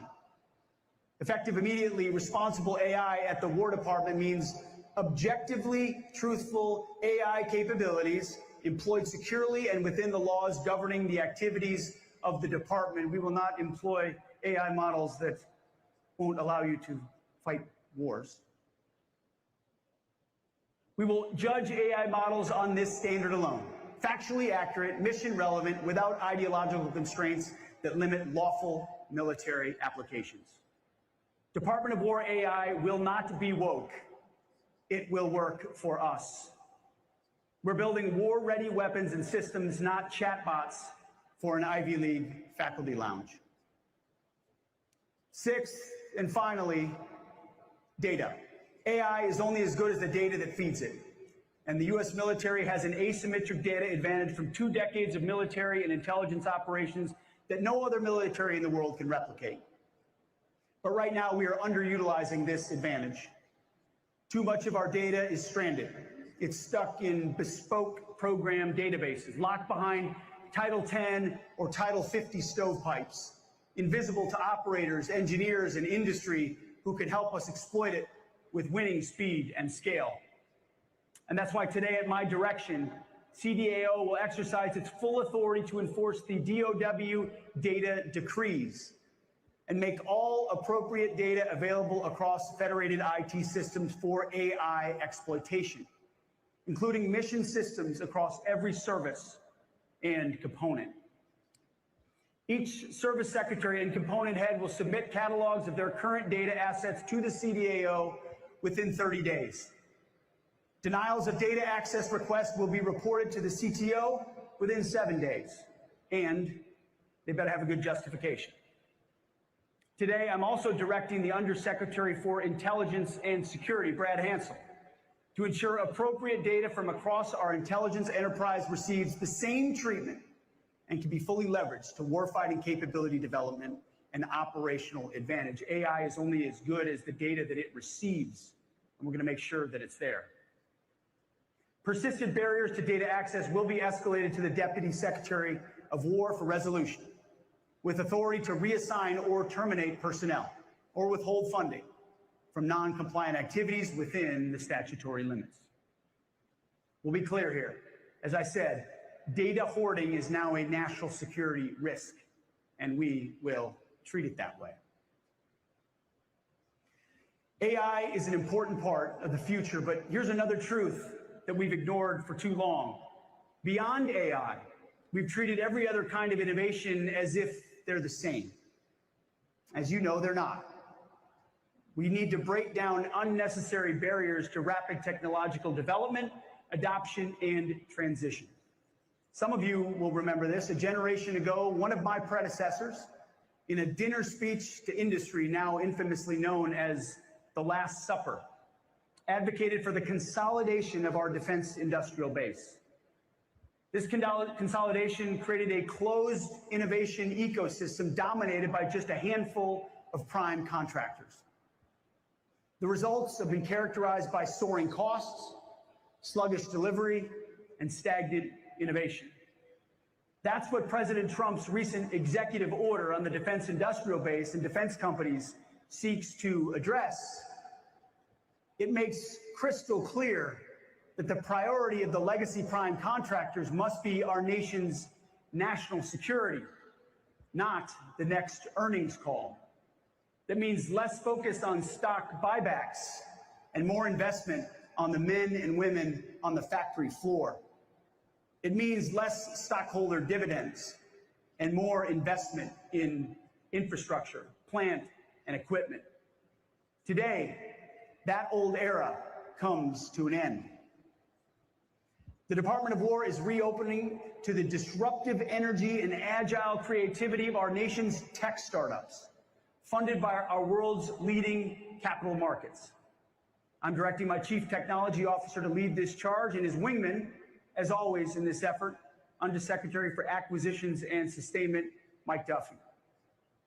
For too long, we organized our ecosystem around stages and silos, labs over here, so-called rapid units over there, commercial outreach in a different building or on another coast altogether, and warfare fighters somewhere at the end, almost an afterthought. The result is duplication, drift, and confusion. And like the acquisition process we are already fixing, the creation of organizations to work around the problems in the innovation ecosystem rather than taking the bold steps needed to transform it. We created an old ecosystem to get around the actual system. No more. Every dollar of innovation, whether it may be in a lab or a startup or a classified shop, must exist to deliver one of three things: game-changing technology, scalable products, or new ways of fighting. If it's not doing one of those three things at speed, it will be realigned or it will go away. And that's why I'm entrusting Emil as the CTO to ensure that this directive across the department is rapidly carried out. Emil, you're going to be busy. Again, what we're talking about today is a transformation in the way we think about innovation. In requirements reform led by Mike Duffy, we killed an old model, a sclerotic model, and rewired the department so that problems, money, and experimentation live in one system. In acquisitions reform, we killed the defense acquisition system and created accountable portfolio acquisition executives, making speed to delivery our organizing principle. We're going to do the same for technological innovation. That's why today at my direction, we are ending the alphabet soup of councils that meet and brief and write memos and schedule meetings, but never decide and rarely, if ever, accelerate outcomes.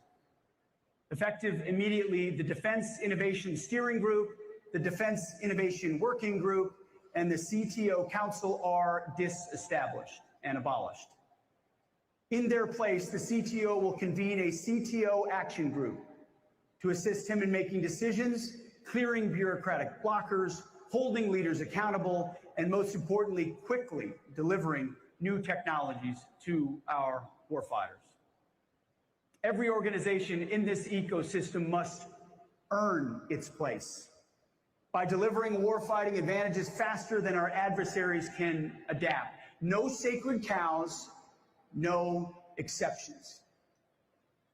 To back up the CTO, today at my direction, we are realigning two pillars of the War Department's innovation ecosystem. First, the Defense Innovation Unit, or DIU. Since its establishment 10 years ago, DIU has lived through shifting reporting structures and uneven administrative support, doing great things, but at times its portfolio overlapped with other parts of the department. Effective today, DIU is designated a Department of War field activity, providing exceptional tech scouting, rapid contracting, and other common services to the department, executed at commercial tempo. The CTO will provide support to DIU for administrative and resource matters and ensure that the unit's efforts fit into the department's innovation priorities. The director of DIU will also continue to report directly to me as a principal staff assistant and carry out its statutory duties. And I'm appointing Mr. Owen West, executor of my Drone Dominance Initiative, as the director of DIU starting in March, when the FY27 budget cycle firms up. As a Marine with lots of combat experience, Owen will bring a warfighter's mentality to DIU's core mission of transitioning technology to our troops. Owen also has the private capital experience needed to ensure DIU remains working hand in glove with the venture and investor communities and continues to on-ramp new entrants into the War Department. Owen led DOGE at DOW, the most effective DOGE effort across the administration, saving tens of billions of dollars for our department, and now he will lead DIU. Our world-leading defense tech startups have attracted billions of dollars in capital. They're reshaping warfare through the proliferation of high-tech, low-cost technologies. DIU's mission is to accelerate the adoption of this commercial technology to help convert entrepreneurial products into tangible combat power. Second, the Strategic Capabilities Office, or SCO, is also being designated a Department of War field activity aligned under the CTO. SCO will maintain focus on its core mission of identifying and prototyping disruptive applications of new systems, the unconventional uses of existing systems, and near-term technologies to create strategic effects. SCO will continue to maintain its statutory direct reporting relationship to the Deputy Secretary, but will be operationally realigned under the CTO to eliminate duplication and ensure the relentless daily focus on delivering near and medium-term capabilities to our warfighters. Relentless urgency and focus is our focus. Today's defense innovation ecosystem is too fragmented, resulted in insufficient technology transition to the warfighter. We address some of this in the transformation we are making in the acquisitions ecosystem, but it also needs to enter the innovation ecosystem. For too long, and I know a lot of you have experienced this, and others we met with in Los Angeles recently, the experience of founders and entrepreneurs has been running endless laps around the Pentagon, looking for the right office, the right program, and the right motivated sponsor. And too often new entrants are ultimately stymied by the bureaucracy. We hear it time and time again. They don't know where to go, and then when they go to that place, it's not the right place to go. Then they go somewhere else that didn't want them in the first place, and the lap continues. For example, SpaceX and Palantir had to sue the Department of War just to get a shot at competing for department contracts. The bottom line is that new entrants need both a shot on goal, but also faster yeses and faster nos from the department, rather than being strung along with a never-ending stream of rudderless maybes. At the Secretary of War level, we will replace the existing maze into two clear channels: the mission engineering and integration. Okay, I'm going to talk for a minute. I'm talking low because people had to adjust their volumes, okay? Okay? Now, all right, now your volumes are adjusted. Okay, now, let me just say this, because I did type in the comment section, all right?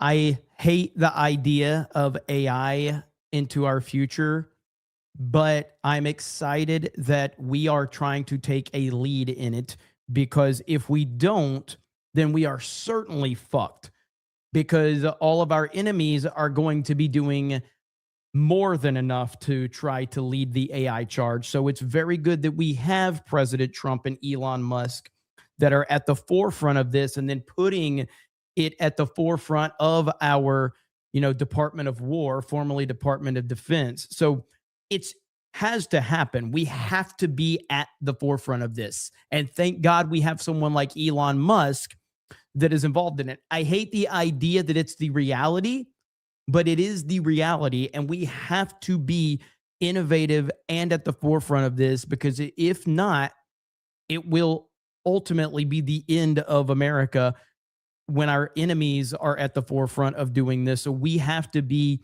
just like we are the greatest superpower in the history of the country, we have to continue to be that in respect to AI, or we will be screwed. So anyway, let's let Pete continue.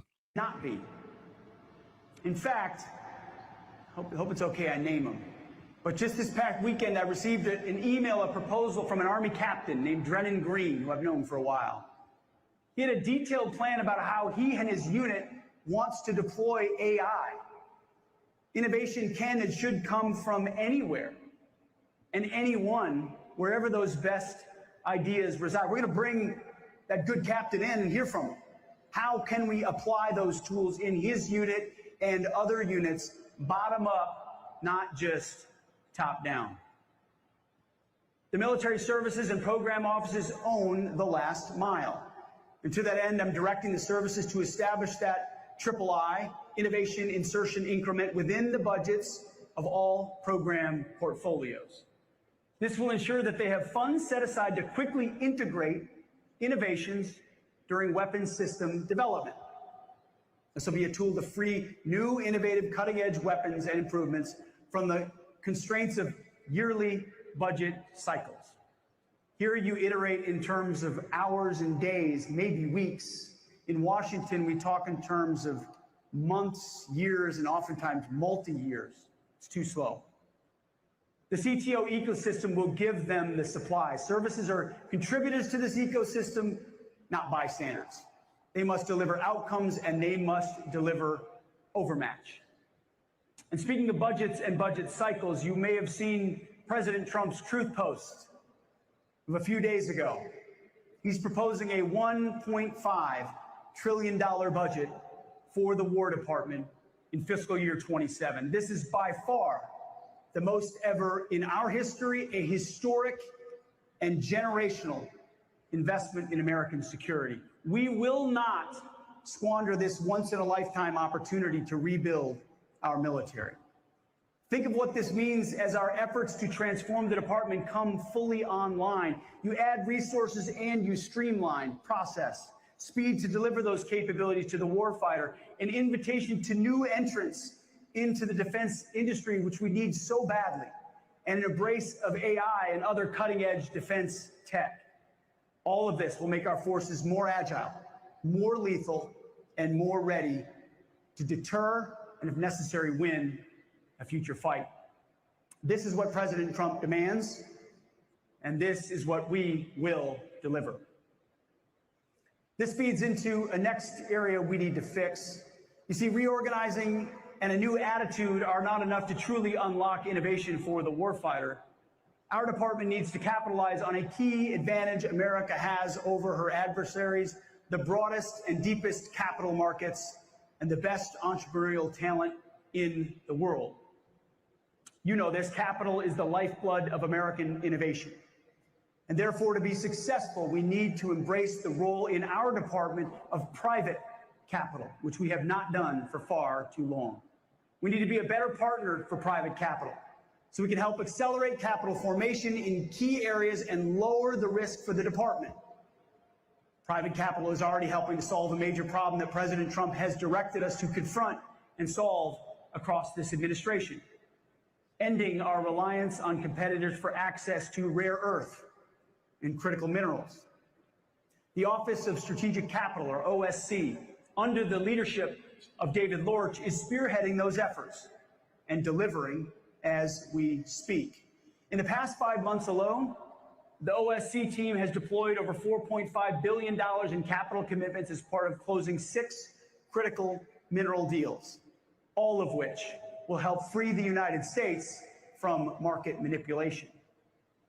Crucially, OSC's strategy relies on crowding in private sector investors, from this VC community to our country's largest financial institutions. The 6 OSC deals to date include nearly $5 billion from our private capital partners. OSC has closed most of those deals in less than 30 days, which is Trump time for complex transactions. That may seem maybe slow for SpaceX. In Washington, that's as fast as it gets. I mean, that is warp speed in Washington. All of our investments serve one purpose: deliver faster for the warfighter. Now, some will want to cynically posit, is this just another innovation reorganization? Another set of strategies that brief well but don't actualize? No. This is the third leg of a single war plan. In fundamentally transforming our acquisition ecosystem, we killed JSIDs that focused only on process and turned the JROC into a body that ranks real-world joint operational problems, not paper requirements. We created the MIA to run experimentation campaigns to solve these problems. We killed the old defense acquisition system and created the warfighting acquisition system to focus on speed, risk, and accountability. With the AI strategy and innovation ecosystem transformation that we have just outlined, we are welding that third piece into place. The CTO, DIU, SCO, DARPA, CDAO, and OSC are no longer a loose federation. I'm talking low for a minute because you guys got to adjust your volumes. I like Pete Hegseth, but he's going to have to wrap it up. This is a very long-winded speech. So I'm going to give him a few more minutes, and then I'm going to, I got a lot to say. So. And CDAO and OSC provide the data, test, and capital to move at wartime speed. As of today, they are an ecosystem, an arsenal of ideas and action for the arsenal of freedom, wired directly into requirements, portfolios, and production. Game-changing technology, scalable products, new ways of fighting, all three moving at wartime speed. Problems drive experimentation, experimentation flows to prototypes, prototypes flow to our program executives flow these to production, production flows to the warfighter, and the cycle never stops, always iterating. One system, one purpose, speed to the fight. We are preparing to win the future because we know, and you know, for the free world, for the West, the stakes could not be higher. Before this administration, our adversaries may have thought they finally broke American power. They're wrong. They do not have our entrepreneurs. They do not have our capital markets. They do not have our combat-proven operational data from 2 decades of military and intelligence operations. They do not have our hard-won classified technologies. They do not have the ingenuity and tenacity of American warfighters who refuse to lose. They don't have a military that can go 37 hours to downtown Tehran or downtown Caracas without being seen in the process. You see, but none of that matters, however, if we suffocate those advantages under a stifling bureaucracy. That's why we're unifying the innovation ecosystem, making this an AI-first department, and holding every lab, every program accountable, all while pushing every officer to deliver warfighting advantages faster than others can adapt. We will not stop. We will not back down. We will forge the new arsenal of freedom with our partners in industry and the private sector. We believe the future will be shaped by those who lead in technology and innovation. We don't believe, we know. Those who fervently believe in freedom and the Western tradition, like we do, must be those leaders. If not us, if not America, if not the West, then who? And if not now, it will be too late to maintain that advantage. This is not reform for the sake of reform. It never has been. This is about whether our warriors fight with yesterday's tools or they fight overmatching our adversaries using tomorrow's technologies. We know the threat. We know the opportunity. We know what must be done. We share the urgency. Now we will do it, and we must do it at wartime speed. Thank you. God bless you. God bless this company that you've built, and may God bless our great republic. Thank you very much. Appreciate it.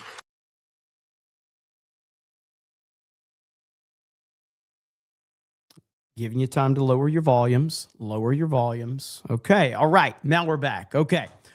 So Pete Hegseth is awesome.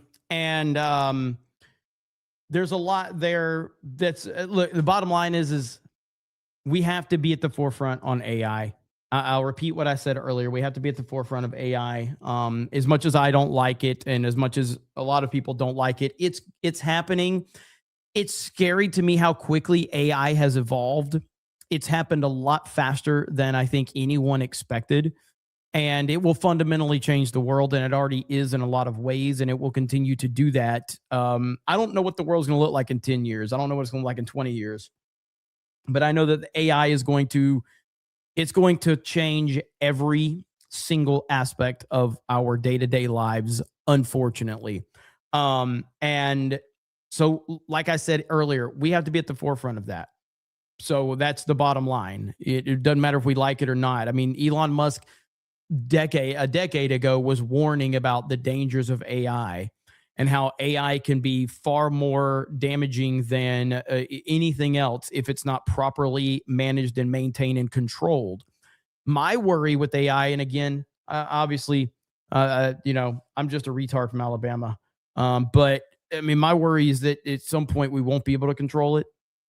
At some point, it will turn into Terminator. It will be Skynet. It will become self-aware. But that might be just too many movies that I've seen. But that is obviously my concern, and probably a lot of people's concern. But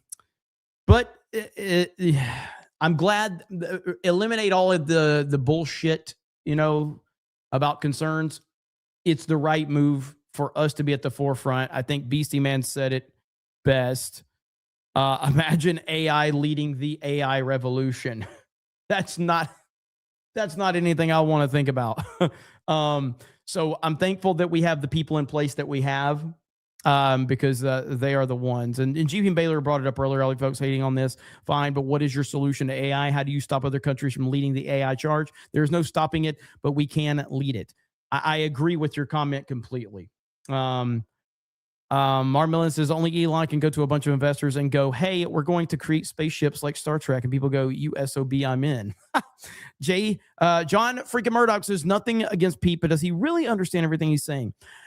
I think he generally does, but he has he has Elon Musk and Starbase and everything that they bring to the equation to help him. So maybe he doesn't understand every detail of it, but he's surrounded by people that do. Wormstorm says, better hair than Newsom. Prove me wrong. Narco says, I am both terrified and excited about this announcement and its implications. I have a war boner right now. Chris from Michigan says, how about releasing all those classified patents that have been hidden away because they would be disruptive? There are thousands. They admit this. Southeastern Kaiju says, thought Pete said lastly like 20 minutes ago. Swirly BS says, I'm still here. You're still queer. For $10? That's all? For $10. You haven't been here in a month. You used to send me 100. You take a month off. I was sick. I didn't get to spend time with my family over Christmas because I was sick. And all you can do is send me a fucking $10 super chat. Thank you. I appreciate it. I'm just fucking with you. Ministry Wrong Thing says, did you guys see the long range ship mounted laser cannon we use against Venezuela as diversion? If they're letting us see that, then Harley says, what a cheap ass. Harley, you haven't even sent anything, Harley. What are you talking about? You haven't sent anything. At least Swirly BS sent a 10. And he sent the 10 knowing I was going to roast him and ask for more. So I respect where he's coming from more than you, Harley. Coopster, I'm just getting, he followed with $2. That is awesome. I respect that he followed with 2. I respect that. Cooper says people freaking out like it's 1999 and it's New Year's. We all remember the Y2K scare. We all remember that one. Wormstorm says pizza giving a sales pitch to investors. Yeah, to be clear, the speech was not for me. The speech was not for me. So I wasn't criticizing the speech as much as I was criticizing my own reaction to it. But the speech was not for me. Philip Johnson says, we got the end of that speech before GTA 6. Deathu says, Jeremy's fear of AI, it means nothing. He can't figure out a simple volume adjuster or a simple platform like locals. I can't debate anything you just said, Deathu. I can't debate any of it. 99 cent from Harley. Bo says, Jeremy going full DSP today. That's every day, isn't it? Whoa there, DSP. Chill. Good old DSP. I don't know how. I'm actually watching the game right now. So the game has started. I won't have to give any commentary right now, but the game has started. Steelers and Texans. We'll see. We did get this news. President Trump is unhappy with Pam Bondi's performance, who he views as weak and ineffective enforcer of his agenda. This has been something we have speculated for a while with Trump and how he views Pam Bondi. We'll see. But he needs to just get rid of her. He does need to get rid of her. Who would replace Bondi? I honestly don't know. I don't know who would replace Bondi, but maybe somebody we don't know.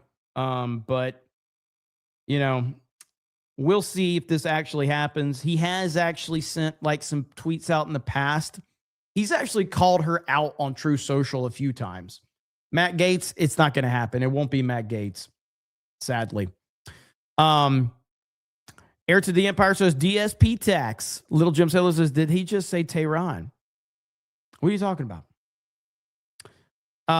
Mar Millen with a 149 super sticker with the gay rainbow. Swirly BS for $1. Miniature Realm thinks says that Jeremy going Wikipedia on us. What are you talking about? What did I do? Wikipedia. I don't understand the reference. I think if Trump was truly unhappy with her, he would have already fired her. I wonder how much speculation is in this. So AF Post and Leading Report and a lot of them, they love to take like a headline and kind of spin it a little bit. I do believe that he's unhappy with Bondi, but not to the level where if he was that unhappy, he would have just gotten rid of her already with no BS. So Elon would make a good AG. No, he wouldn't. Elon needs to be Elon. Gearmaster says, have you seen the clip where Minnesota leaders didn't even know that they haven't filed a lawsuit against Trump yet? No, I haven't even seen that one. I saw the one where they made the announcement, but I haven't seen that one. I'll see if I can find it.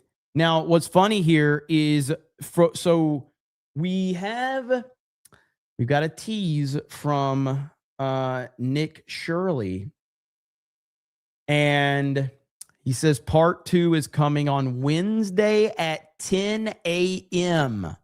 10 a.m. EST. So they are going to drop another bomb. And Nick Sortor says, prepare for the internet to collapse. So prepare for the internet to collapse. So I'm going to be covering that. I was obviously, because I was sick when the first video dropped and took the internet by storm. I will be here to cover this. I will cover this. I can't wait. I'm sure it's going to be crazy. So it's going to be really good. Let me see if I can find this clip that you're talking about.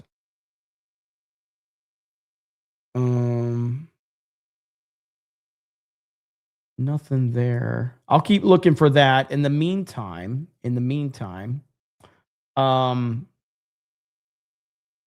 see, I don't know if I buy this. So they keep saying Trump is now receiving briefings on possible military strikes with Iran. Well, it's not to say that I don't believe it, but so we had the report the other day that Trump was having the military draw up plans about Greenland and all of this, like, I don't think we're going to know any specifics on what Trump is going to do. I don't think we're going to get any details as to, like, I think the only way they could do this is where Trump himself said that he receives hourly briefings. I think that's where they're getting that from. But the other day we had reports that Trump has ordered the military to draw up plans to invade Greenland. And I'm like, I don't think that's true, because we wouldn't hear about that if it were true.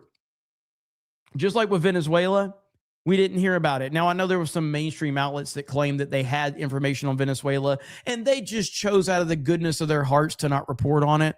I don't believe that at all. So I don't know, man. I obviously, we know that Trump is considering it because we've heard Trump say that he is, looking into it. But interestingly enough, there was this video that I wanted to show you. Glenn Beck had that one girl on that you guys were telling me about that let me see, history. It was a good interview. Where's it at? Glenn Beck. Right here. So,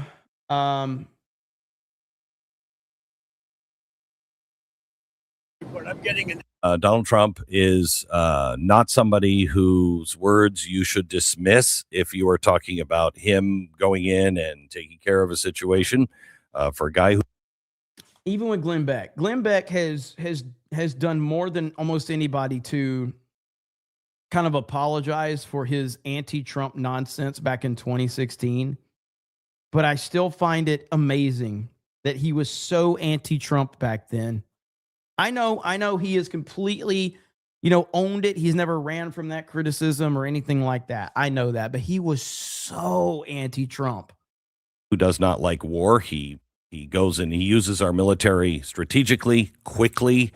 But again, no, he everything in the world is Stephen on Miller. the edge. He did apologize, and he's kind of in a tough place because he has said, "You start killing the protesters, and we're locked and loaded." The president blows all of the credibility he's had around that he's built up because he is a man of action, a man of his word. How is he going to react? Goldie Gamari is with us now. She was on with us last week. Persian. Were you ever a citizen of Iran? Were you living in Iran when this thing fell, or did you come with your parents? So I was born after the 1979 Islamic coup d'etat. I was born in Iran, but my parents came to Canada when I was a year old. Okay. And you are a human rights. But I don't think he was a never Trumper. He was a never Trumper.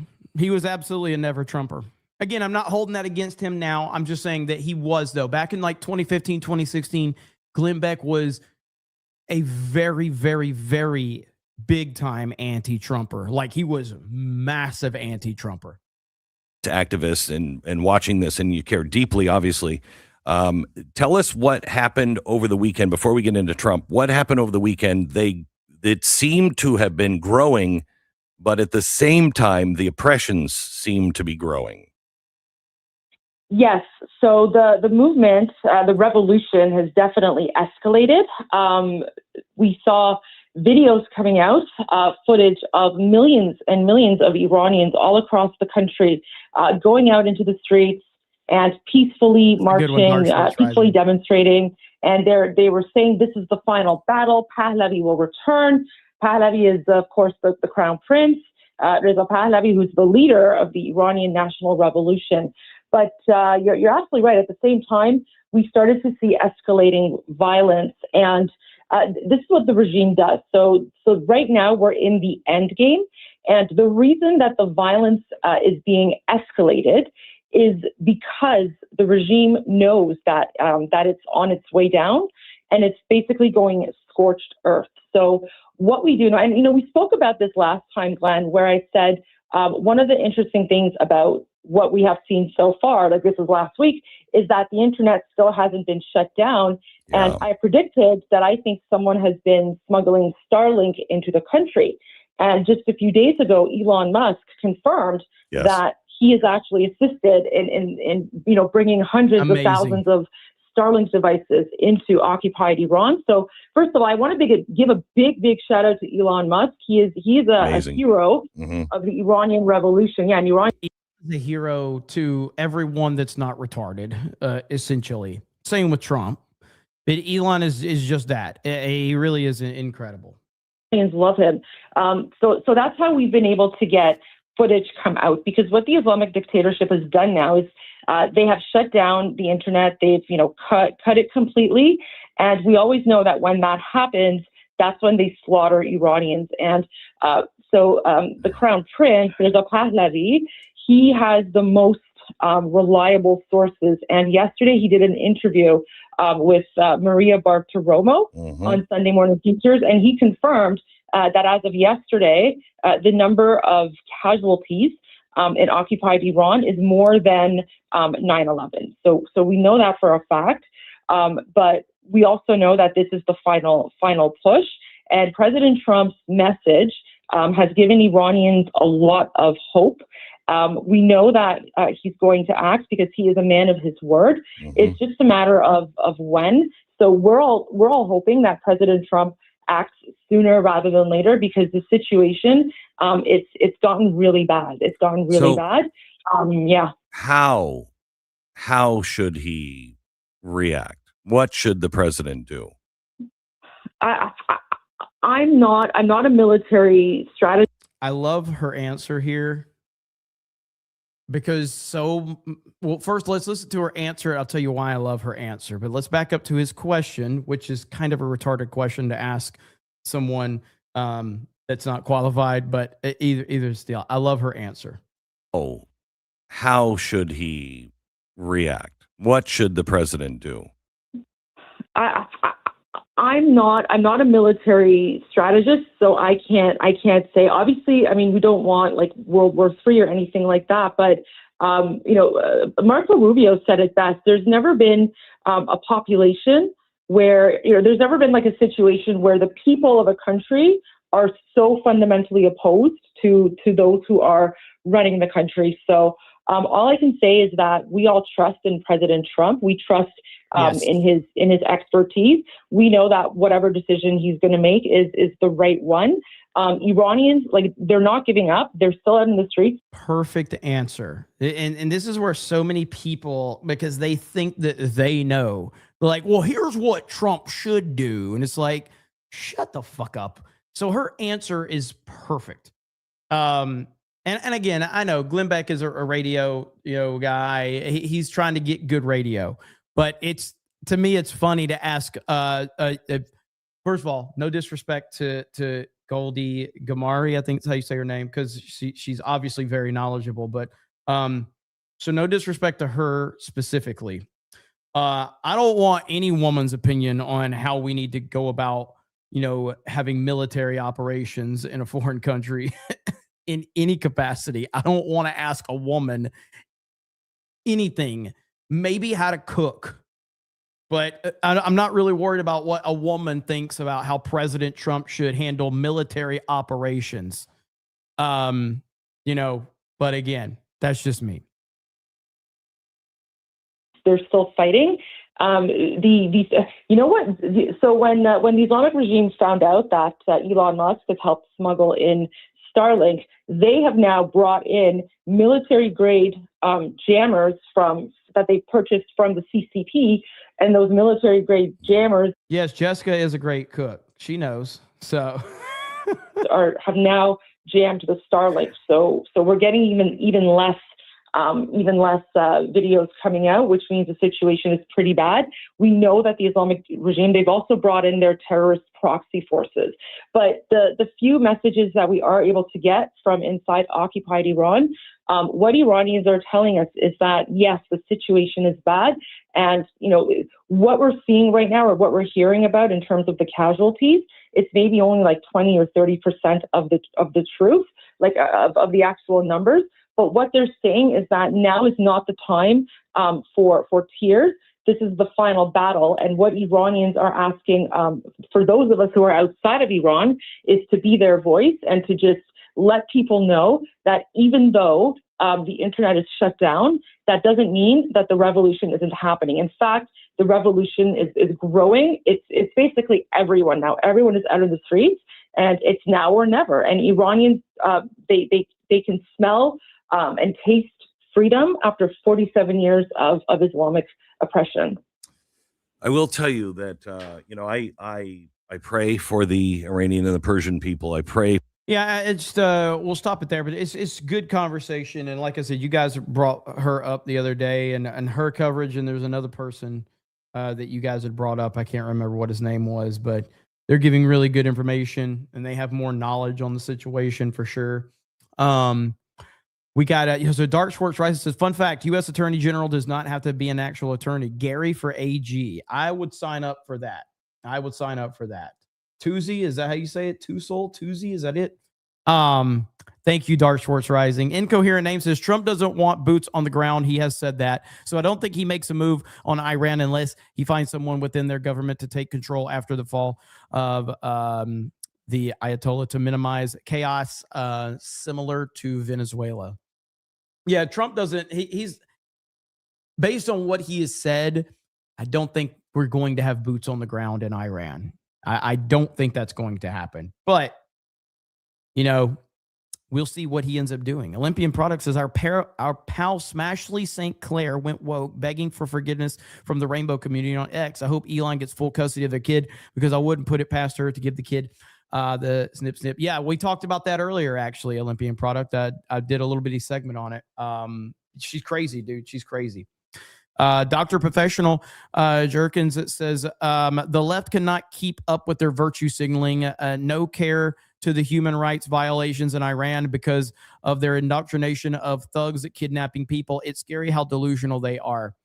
Yeah, the fact that all the virtue signalers on the left are not talking about Iran is fucking hilarious to me. It's one of the funniest things ever that they are just completely ignored that. They have moved away from it. They don't want to talk about it. They don't want to mention it. And it just tells you everything you need to know about this group of people. Got that one. Kim Paxton for AG says cultural breakdown. Joe C says Glenn Beck was an ever-Trumper in the early days. Play that video of him sticking his face in a bowl of nacho cheese to mimic Trump. I have never seen that video. I'll have to look that one up. Nader Channel says somewhere on X, a blue-haired feminist is calling Musk stupid. Yes. Gear Master says that Minnesota clip is on X, Gunther Eagleman. Okay, noted. I'll see if I can find that. Another thing I want to show you is this Fox News breakdown of Greenland's strategic importance because, Trump obviously is focused on Greenland. And yes, that is Tommy Lahren, by the way. That is Tommy Lahren. I know you may not recognize her because she's had all this work done, but that is Tommy Lahren. Even though it is covered with ice, President Trump has his sights set on acquiring Greenland to protect U.S. national security. We are going to do something on Greenland, whether they like it or not, because if whether they like it or not, we don't do it, Russia or China will take over Greenland, and we're not going to have Russia or China as a neighbor. Now, again, we have that one, and then Trump also got a little more focused when talking about this yesterday. If we don't take Greenland, Russia or China will, and I'm not letting that happen. If we don't take Greenland, Russia or China will take Greenland, and I am not going to let that happen. You know, they can offer you either like... Yeah, sure, I'd love to make a deal with them. It's easier. But one way or the other, we're going to have Greenland. So there you have it. Let's continue. Now, President Trump has reportedly ordered the military to drop a plan for a potential invasion of Greenland. Well, Joey Jones is at the touchscreen with more. So, Joey, let's break it down. Who has control of Greenland now? Yeah, well, the Danes have control of Greenland, Denmark. So Denmark has what we call, they're responsible for basically their economy. Look how big Greenland is. Like, I know like 80% of it, nobody can even live 80% of it. Just kind of like, it's almost like Canada, but it's massive. their defense, their diplomatic policy. But Greenland itself is an autonomous territory of Denmark. And what that means is they control basically their domestic policies. They have their own government, and they've actually been working towards independence since 1979, really was when they started what they call autonomous control or self-rule. And it's been working in that direction. And so the reason why we want to look at this is a huge, almost continent. It's the largest island we have. And so as you look at it in respect to where we are in North America, it is huge. But if you look here, the green area, that's where it's populated. There's only about 57,000 civilians here. And then these little dots, they represent a couple of different things. They're both our military bases, like we have one, which is our Space Force base. And then you also have the Joint Arctic Command of the Danish military here. The rest of these are where a lot of their rare earth minerals and opportunity to make money places are that we're. And once we have Greenland, we'll have Alaska, and then we will essentially have Canada completely surrounded. And then Trump will then leverage everything from that point. Because if you look over there, you got Alaska. You just go ahead and make it red, white, and blue. Then you got the USA, red, white, and blue. Greenland, red, white, and blue. And then you just tell Canada, you're like, you're fucked. All right? 51st state, let's go. Looking at Greenland's economy kind of just depends on fishing right now. And so Denmark actually supplements that. So when we talk about acquiring Greenland, that would be a part of the conversation. So, Joe, you kind of touched on this a little bit here already, but in terms of the location of Greenland, why is it so strategically significant for the United States and our national security? Yeah, I mean, it's kind of self-evident, right? I mean, we talk about, this is the Arctic, right? The Arctic Circle up here, but this is the Arctic Ocean. When you look at some of our adversaries like Russia, their quickest route to us, or just even to access our hemisphere, is through the Arctic Ocean. This is called the Greenland, Iceland, UK Gap, which is this area here, which is best for ships to transport. So there's a couple of things here. One is economic and merchant ships, those kind of things. The other one is military. You got to be able to monitor this, and it's hard to do that from over here. It's hard to build firm structures on a base that's back here, which is where our current Air Force only base is. And so this idea that if Greenland were all American territory of some sort, United States territory, our eyes looking at our foes would be a lot easier to do, especially in this area that's very sensitive and very important to pretty much everyone that we consider to be someone that's not our friend. So just not only the size of the continent and the fact that it's in the Arctic, which is the next untapped resource, from everything from oil and gas to rich minerals to even research on climate change, it's also just its strategic placement next to not just our friends in Europe, but obviously our foes in Russia and China. Joey, you briefly touched on the shipping routes in the region. Yeah. Can you show them and talk to us about why specifically they're important for the U.S.? I wonder how many, I'm sure people in the chat will know, or people can Google it, but I wonder how many people live in Greenland. It obviously isn't a ton, but I am curious how many. Now, you got to understand, maps are sometimes out of perspective. That's why we tried to blow up Greenland and show you, well, blow up the picture of Greenland and show you how important it is. So when we look at this, 60,000? we're taking a large look, looking Wow. down onto the earth. And That's so what you see here is crazy. this entire North Asia here is Russia, right? Here's North Did he just say America. it? So it might be hard. Well, I'm juggling like 5 different things, so I didn't hear him say it. So he said about 58,000. Okay. To kind of see that right away, and then you got the Arctic Circle in between. So these shipping routes, some of them are not there yet, like the Transpolar Sea route, which would be the easiest from Russia back around. That doesn't exist yet. That's in the Arctic Ocean. But these other two, the Northwest Passage and the Northeast Northern. Aren't you listening, Steve? No, I'm reading your fucking comment, and I'm watching the game. Was that mean? I'm sorry. I was rude. I'm sorry. Sea route. These are being used all the time. And as you see, these two go around each side of Greenland, especially the one that comes through Canada here. And so these routes are how commerce is done around the world. And to have some sort of a say in that, and to not be able to be pinched off as the United States from bringing things in from the north, that's a big deal. And also our ability to get things to and from, you know, a United States state, Alaska, is an important part of this too. Not to say we're going to go at war or be at odds with Canada anytime soon, but we have seen in the last couple of years, sometimes President Trump uses tough rhetoric with Canada, and sometimes we get into a tussle with them, and we may want to have more access or more control in that region. Yeah. Well, Joey, can you describe the Russian military presence? Yeah, in that region? this is quite amazing when you think about it. So Again, we're using maps here. You got to use your imagination a little bit. This is not flat. This comes up to the Arctic Circle. This all comes to the top of the sphere.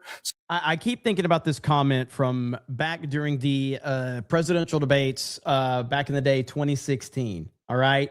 And I've always thought about this with Trump, because Trump has said he wants Canada as the 51st state. Now, I feel like that's just bringing another California into the equation. But I've always thought about this comment that he made to Jeb Bush in the debates. And I feel like the same is going to apply to Greenland and to Canada right here. Guy that had some special interest that I know of that tried to get me to change my views on something that was generous and gave me money was Donald Trump. He wanted casino gambling in Florida. I did want Yes, you did. Totally false. You wanted it and you didn't get I it would've because I gotten was it. opposed to casino. I promise, if I wanted it, I would have gotten it. No way, Ben. Believe me. Nope. I know my people. Not even I possible. know my people.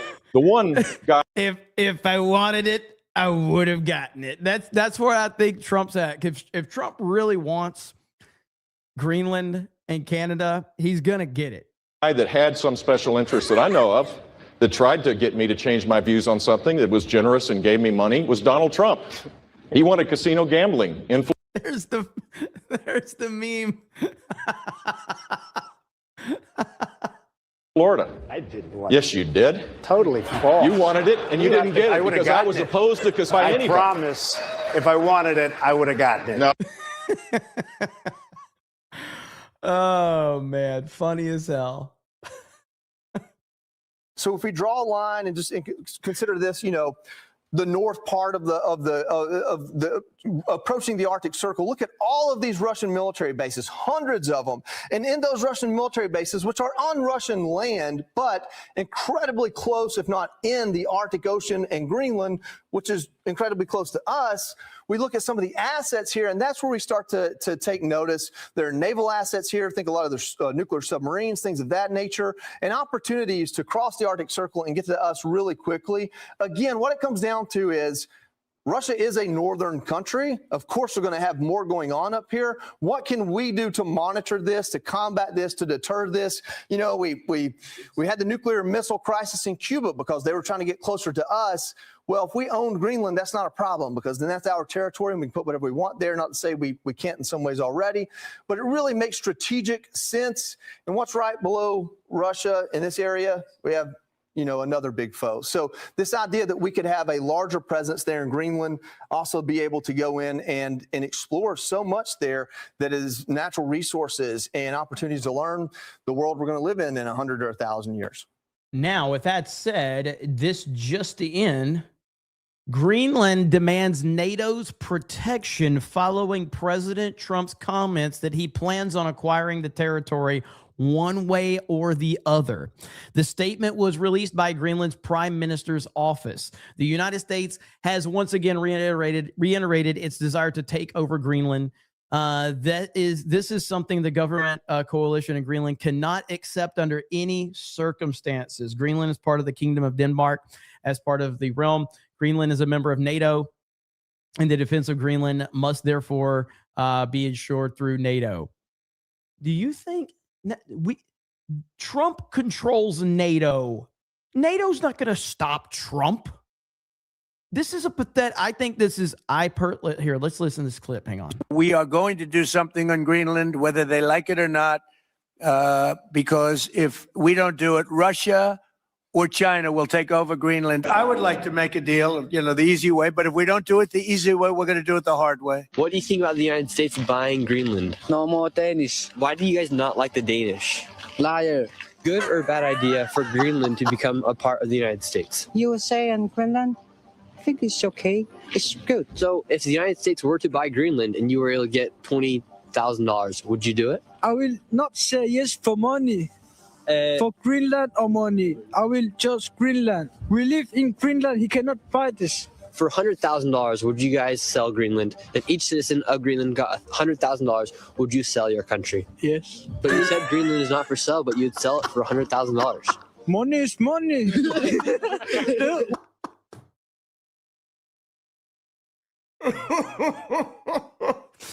God, that shit's funny as fuck. buy this? For $100,000, would you guys sell Greenland? If each citizen of Greenland got $100,000, would you sell your country? Yes. But you said Greenland is not for sale, but you'd sell it for $100,000. Money is money. The will boy will understand. Do you think it would be better for you guys to become part of the United States versus being part of Denmark? Of course, there's some benefits to America. We would have a way bigger military, and we would be safe from invasions in case of a war or something. If the Third World War comes, I don't. Dude, that voice is fucking with me right now, man. That voice is fucking with me. Holy shit. War or something. If the Third World War comes, I don't know how much it would matter with all the nuclear weapons and stuff, but there would probably be some Russians coming from Greenland to go to America and stuff as a vantage point. Yeah, so it's interesting, you know, that again, I think this is posturing on their part, you know, which is totally fine. There's a lot of people believing that's what happened with Maduro. You know, there's a bunch of posturing, and privately they're making deals because, I mean, the United States is the most powerful, you know, country in the history of the world. And now we have the most powerful president running the most powerful country, and he wants this. Nobody's going to stop him. So I just don't think that. I think this is a lot of posturing. Graham Robbins says, my name is Donaldus Jemis Trump. You're doing the gladiator. Father to a memed son, husband to a slandered wife, and I will have my vengeance in this life or the next.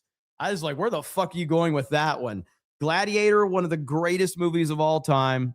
And that line right there, amazing. Got me all messed up on that one. 8 o'clock says, we don't want Russia or China as a neighbor. I've seen what they bring to the pot.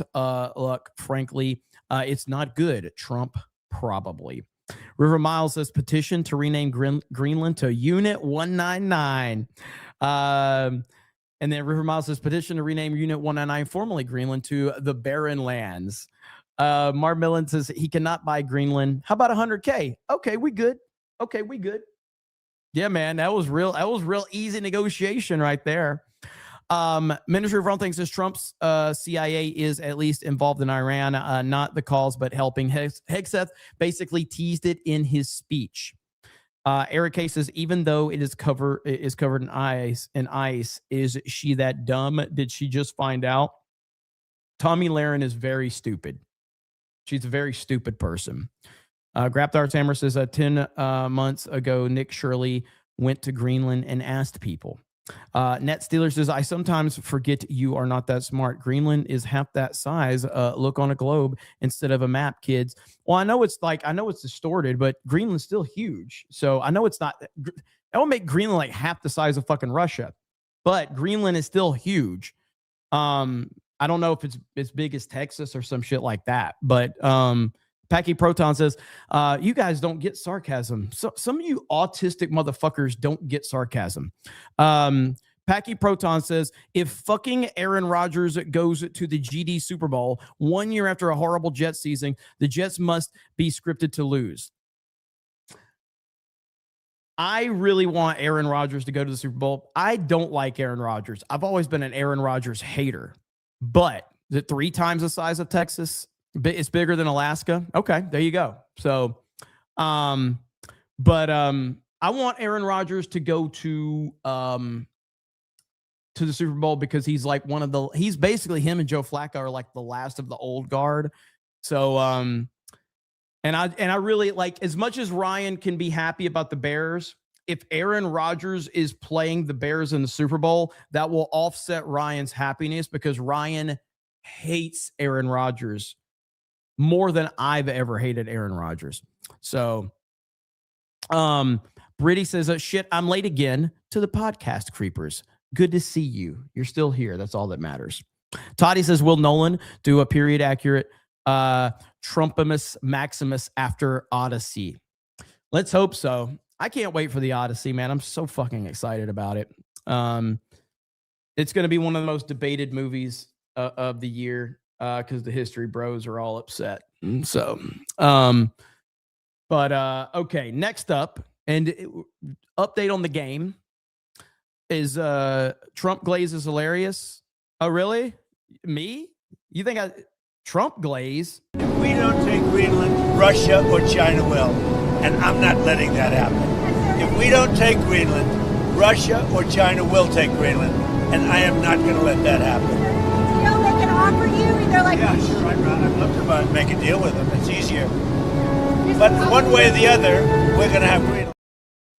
Trump glaze. What? Donuts in the chat for the Trump glaze. Donuts in the chat.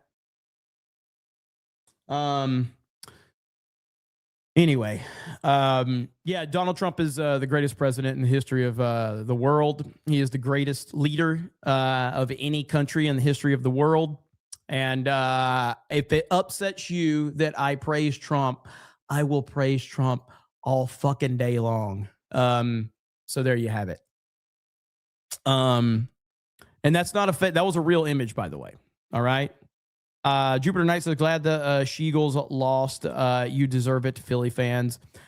Well, listen, I love Jalen Hurts, but he's a terrible quarterback. I've been saying it for a while. I've finally been proven right. Jalen Hurts is not a good quarterback. He's a good guy, and he's a really good running back who plays quarterback, but he's a terrible fucking quarterback. What is this right here? Leftist dude drove from Wisconsin to Minneapolis to defend a Mexican restaurant against ICE. What? Paul, you came in from Madison, Wisconsin. That's a long drive. Help explain to me why you're here outside of this business right now. So I'm out here right now because this business put out a call for people to stand on this corner to watch the business for them. They've been really worried about reopening. They were shut down for the past 5 days after ICE was here, and they just aren't comfortable just doing this on their own. And this is a Mexican restaurant and grocery store. And Paul, I see that you have a lot of equipment on you. You have a camera, obviously. You have another GoPro back here. You've got this acts as a whistle, you were telling me. And you've also got a first aid kit.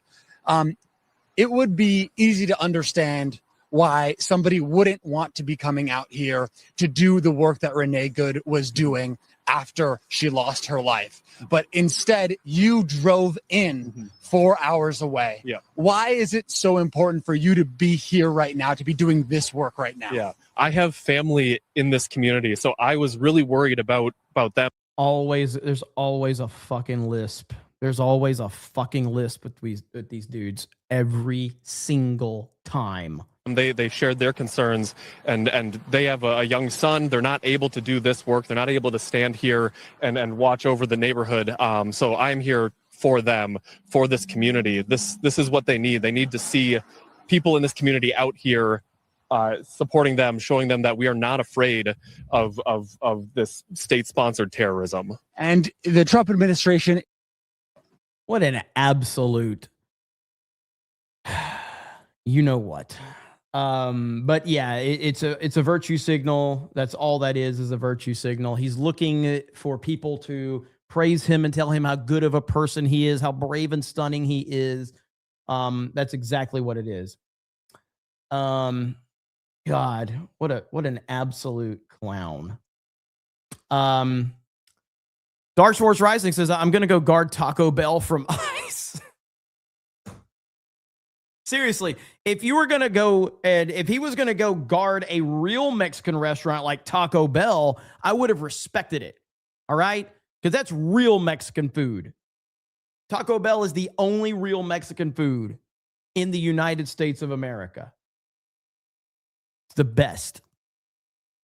Voldemort 199 says Benny Johnson just posted a video about another Trump assassination attempt. I think you're talking about the one that we covered earlier. Let me see if I can find it. We covered it a little bit earlier. You're talking about his YouTube channel. He's probably talking about the thing that happened in Wisconsin. Let's see. Oh no, that's the motorcade. That's the thing that that I was talking about earlier. But yeah, I did cover it briefly. There's not a whole lot there.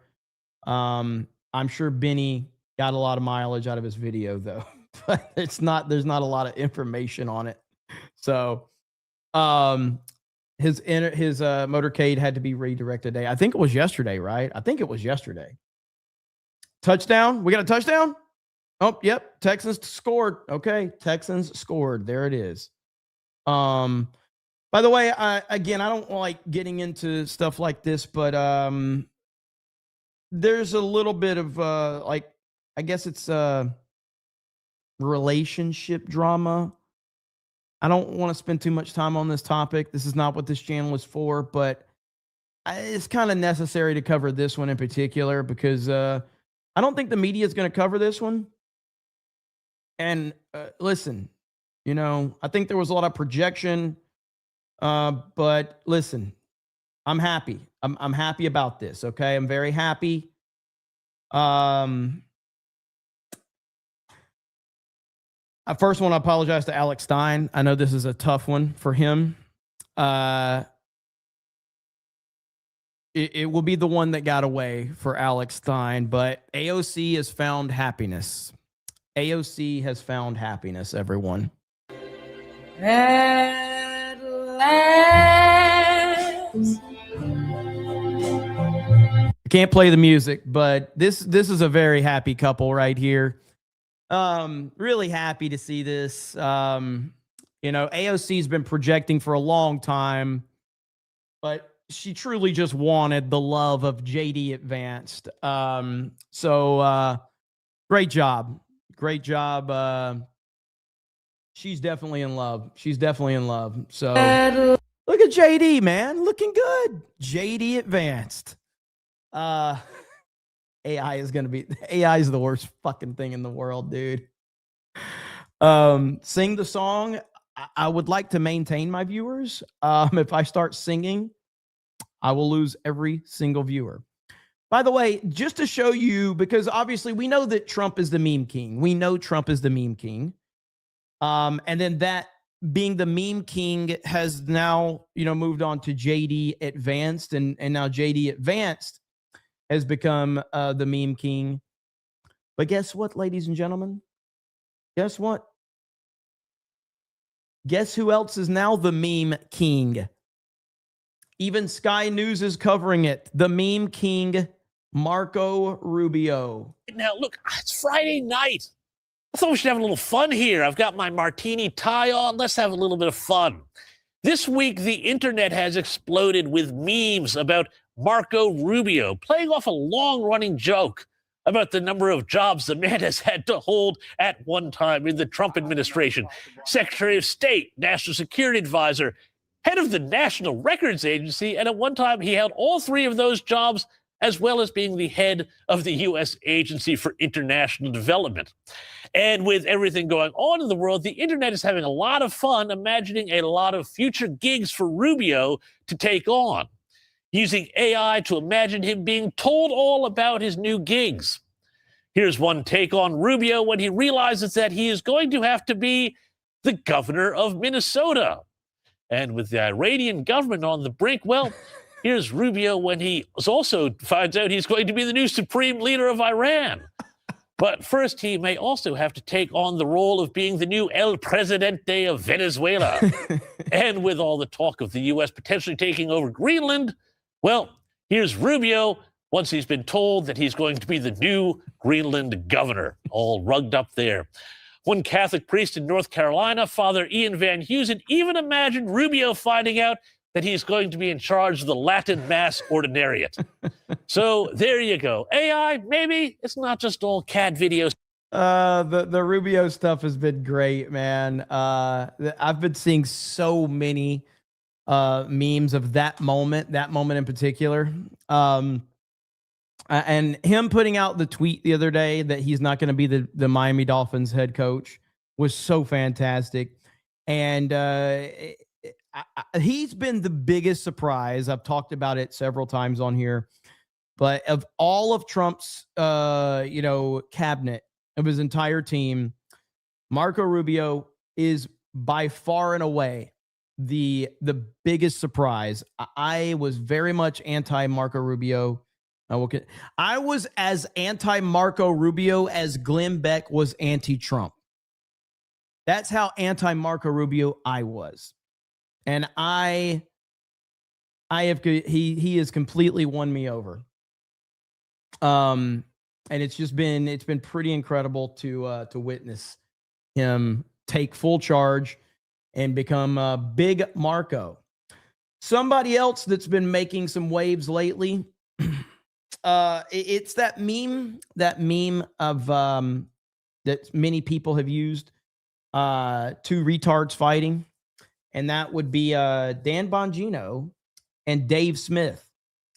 Dan Bongino has made his return after walking away from the deputy director of the FBI. Dan Bongino is back, and he says he's going to go after all of the black pillars and the grifters. Now, I don't like Dave Smith. I think Dave Smith's a loser and an idiot. But so him and Bongino have been going back and forth over and over again. And I saw this. So Bongino's obviously going to be on Rumble, and I saw the guy that runs Rumble, Chris, and like he has gone all in on the whole Bongino thing. Like right here, if you go over here with Bongino returning, he's like, advertisers are coming, midterms, blah, blah, blah. Dan Bongino is returning to Rumble. Yay. Here's a press release from Dan Bongino that he's going to be returning to his podcast in February 2nd. A fucking press release. What the fuck? Right here, Chris says a prediction for 2026. Bongino is going to be number one on radio. Bongino is going to be number one on streaming. Bongino is going to be number one in podcast. February 2nd is when it begins. And I'm like, are you the fucking owner of a fucking platform? Or are you like a fucking head coach? Like, what the fuck is this? Like, why the fuck are you promoting him? He almost got ratioed, by the way. And so it brings me to this clip right here of Dan Bongino in 2023. Listen, that Jeffrey Epstein story is a big deal. Please do not let that story go. Keep your eye on this. Catherine Rumler, we need to keep the heat on this case, folks. There are a lot of people who are knee deep in the Washington swamp who are not telling you the truth about serious allegations out there that Epstein may have had video and audio of people out there doing things they shouldn't have been doing. And you should be asking yourself the question, how is it that all these people, the CIA director, the Obama fixer, Bill Clinton, all intersected paths with Jeffrey Epstein? Jeffrey Epstein isn't with us anymore, and nobody seems to want to talk about it outside of a few entrepreneurial media outlets saying, hey, this is a big deal. He killed himself. You want me to? I've seen the whole file. He killed himself. Do I think he's going to have a huge audience when he returns? Yeah, I guess. Do I understand why this guy has as many people that watches him as he does? No, I don't. I don't get it. I don't understand it. And I don't know how it continues now after we've seen him go from very, very vocal, we've got to call out Jeffrey Epstein and find out what the cover-up is, to getting in a position of power and then acting like that. I don't get it. I don't understand how people can still take this guy seriously. I don't understand it. So we'll see what happens. Again, I expect him to be huge because he was huge before and he's got Rumble backing him completely, but I don't get this, man. I don't understand this. I can never take the guy seriously after seeing how he acted before and then getting into that position. I don't know. It doesn't add up to me. But just wanted to talk about that briefly. I love that him and Dave Smith are fighting because it is two retards fighting. Let's see here. What is this? You were fine until the camera came out. Border Patrol agent calls out the performative outrage in Minneapolis. Okay, let's see this. How do you feel about the fact that a U.S. citizen was murdered by ICE? The way I feel is I watched the video on multiple different angles. That He was is not standing a in- feeling. he was How do you feel? Feel it here in your heart. Okay. And like I was saying, Your immigrant mother. right? Feel it in your heart. I do. And at Okay, the end of the so day, if don't someone tell me tried what to run you me saw over, or what you watched. If someone tried to run me over, I That's would have done not the a same feeling. thing. I would have done the same thing. Not a That's feeling. how I feel. I feel perfectly fine. That's not a feeling. I feel fine. We're so used to being antagonized that it's just one of those things where you don't really entertain it. I'm having a conversation with you because we've been real respectful. That's all it is. That's how I was trying. But every single time I see those cameras pop up, our conversation changes ever so slightly. So Me and our you? conversations, a little bit. They get a little bit more. No, so I was upset because you were telling me what I know. Okay, I see what you're saying. That's fair. Yes. That's fair. That's human. At the end of the day, it is. If I escalated, I apologize. You guys were best friends before the camera came over here. Don't lie. I seen it. I mean, we were having a really good We were conversation. having a really good conversation. But the camera's a little dangerous, This, all right? this one has empathy. Like, look at his eyes. Yeah, she's a complete phony. I appreciate it. I feel Thank like you. if Like I said, I think at the end of the day, we all have different experiences as agents. I personally have arrested some pretty terrible people, and I have arrested people that are just here, and their only crime is immigration. And it is what it is. Nobody's forcing these motherfuckers to be out there. You live in the United States of America. If you are protesting in America, you are a fucking retard. When you have shit going on in all of these other countries, and you're going to sit there and protest in America about no kings, about all of this other shit. Who's fucking stopping you from going and getting a fucking job? Who's stopping you from building a company? Who's stopping you from doing anything? Name me the thing that women can't do in this country that men are allowed to do and vice versa. I can tell you something men can't do. Men have no power. Once a woman becomes pregnant, if the woman wants to abort that baby, men have no power. Women have more rights than men. Women have more rights than men. That is a fact. So all you fucking feminists, I just literally named you a right in this country that women have more power. They have more rights than men in this country.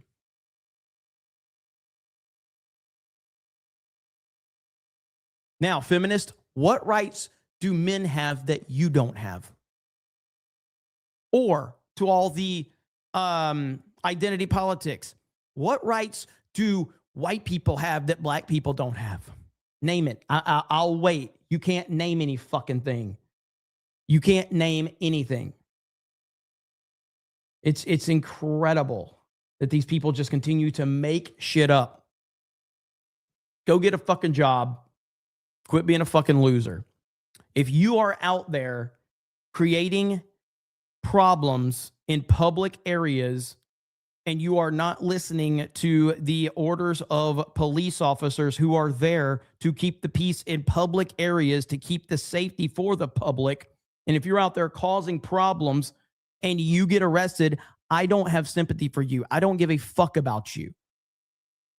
Now, if you're in your own home, in the privacy of your own home, and you're just relaxing and doing whatever, and the police just enter your home, then you've got a really good fucking case. But if you're out in the public creating hell, creating problems, and you get arrested, I don't give a fuck. Let's see here. Dark Sports Rising. So I'm going to go guard Taco Bell from ICE. Let's see. Colonel Flum says, as a Wisconsinite, anyone from Madison is not a reflection of this state as a whole. Act Natural says she wanted to be the coach. Swirly BS says, Crisis King, he delivered a promotion for us in 2026. Your coin awaits your jester. Congratulations, brother. I'm embarrassed to have liked Dan Bongino or Vask. I'm just kidding. Lying Dog Face Pony Soldier with a gifted membership. Thank you. Elitum X Game says, did you see Benny report Tim Walz is resigning? No. Look, I like Benny. All right. But Benny puts out some thumbnails and some titles sometime. And I'm like, what the fuck are you talking about? But I haven't heard anything about that. So, oh my gosh. Now, dude, I just mentioned Rubio memes and I get Eminem Rubio. Eminem Rubio. Hang on. That is wild right there. I was not prepared to see that one. But I haven't seen anything about Tim Walz resigning now. Let's see here. Got that one. No, I don't see anything about that. Let's see. Hang on. No, I see this.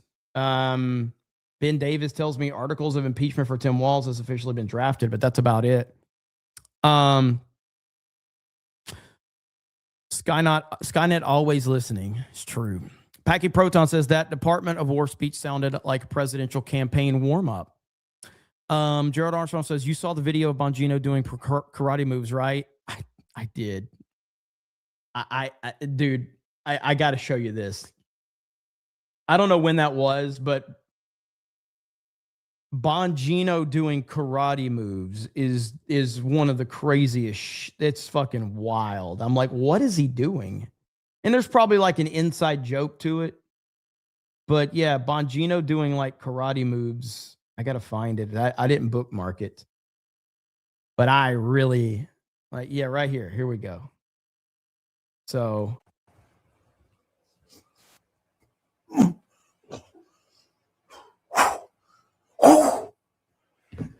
This is Karate Man. Double leg. The jump kick. The side kick. The roundhouse. The tie kick. Body.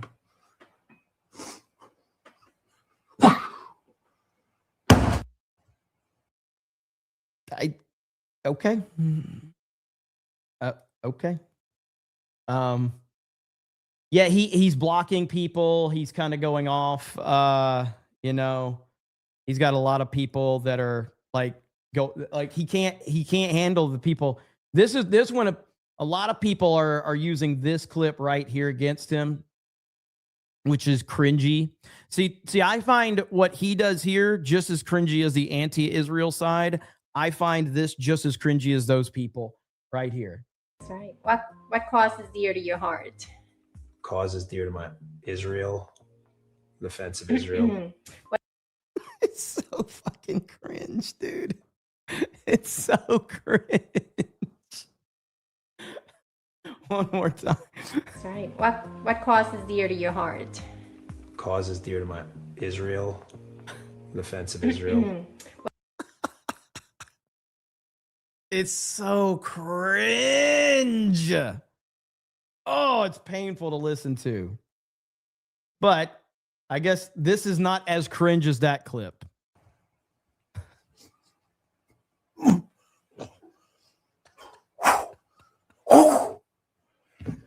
This is Karate Man. Double leg.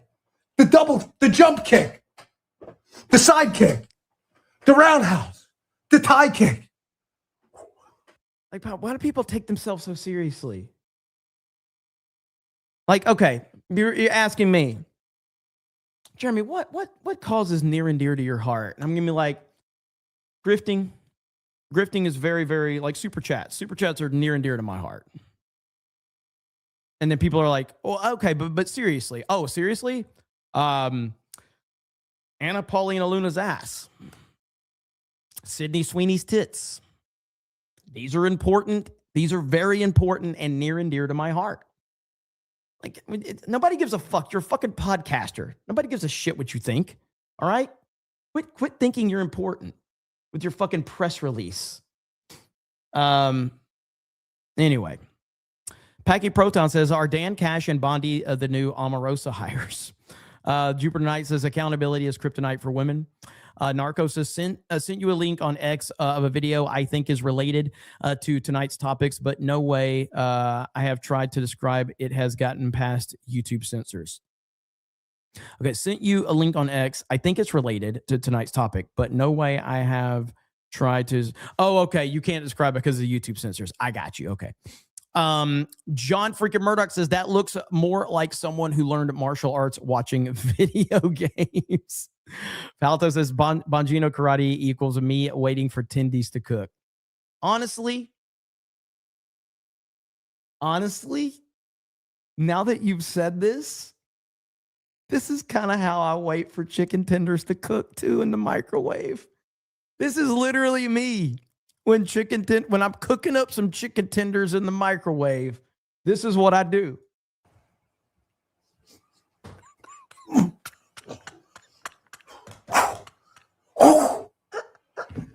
This is Karate Man. Double leg. The jump kick. The side kick. The roundhouse. The tie kick. Body.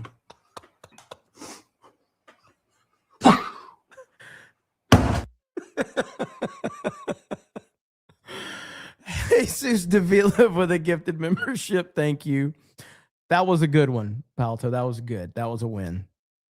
Lying Dogface Pony Soldier says, hail snake bit. Bubba Doom says, do you remember when Obama was talking about being a civilian security force that was funded as well as a military? Kind of sounds like Antifa, right? Kind of does. Good old Barack Hussein Obama. One of the biggest disasters, maybe the biggest disaster of our lifetime. I mean, I think George W. Bush was an awful president for a plethora of reasons, but Barack Hussein Obama, as much as Bush was a terrible president and a terrible human, Barack Obama did more damage to the country. Barack Obama did far more damage to the country, to the culture, to everything. So he was. It's actually not even close. To be fair, the more you think about it, it's not close. Oh, we got a 7-6 game. 7-6. Okay. W was inept. Barry knew what he was doing. Yeah. Yeah, I guess so. I mean, I think that George W. Bush was, I don't know, man. I've called him dumb over the years as well, but I don't think George W. Bush is as dumb as people think. I think he was very good at making you think he was dumb. But I mean, you're talking about a very corrupt human being who surrounded himself with other corrupt human beings. And I do think Dick Cheney was the brains of everything going on, along with Karl Rove. But I think that George W. Bush is not as dumb as a lot of us perceive either. You know what I mean? But either way, he knew what he wanted, and he was able to surround himself with the people that were going to help him get it done. So, not as dumb. Don't forget Rumsfeld, Condoleezza Rice. Yeah, I mean, the list goes on and on. But I think that the architect for him winning the election was Karl Rove. The architect for what happened in the Bush administration and everything that happened overseas, I believe, was Dick Cheney. But I believe George W. Bush was still very much involved too. But Dick Cheney was clearly the architect behind it. Jupiter Knight says, four worst presidents: Woodrow Wilson, James Carter, Barack Hussein Obama, and Joseph Biden. Hard to rank them from 1 to 4, but they are all very close. And John McCain, good old John McCain. Vice was a good movie. Christian Bale did great. Christian Bale is, in my opinion, the greatest actor working today. You know, he's my favorite actor, and he can nail any role. He's fantastic. So, what is this right here? Okay, so we've got the Somali fraud scandal keeps dripping, and it's not just daycare centers anymore. So this is Jesse Waters talking about this. The fraud faucet keeps on dripping. And we're not talking daycares anymore. When a Somali goes to the doctor, magically, they forgot how to speak English, so they need an interpreter there. So the county brings in an interpreter at $100 an hour, minimum 8 hours, to interpret what the doctor is telling the patient. And then remember, the interpreter has to get to the doctor's office or the hospital. How are they getting there? The transportation company, and then they got to get back home. And that patient had to get to the doctor's office. How? Transportation. Oh, so how much are we paying the interpreters and their drivers? Almost 900 of them are Somali owned. So in the second video, Nick Shirley and I went to 16 of them. I've actually been to about 70 of them. They don't exist. So transportation companies that transport no one. Sounds like something we should be looking into. Well, on that note, talked about it a little bit earlier, but Nick Shirley Part 2, Wednesday morning at 10 a.m. Part 2 is happening. And there's Nick Sortor says, prepare the internet to collapse. So we're going to follow that closely. I can't wait. We're going to, again, I wasn't here for the first video that went mega viral, but we are going to be covering this one. I can't wait to see how this one all plays out. Should be fun.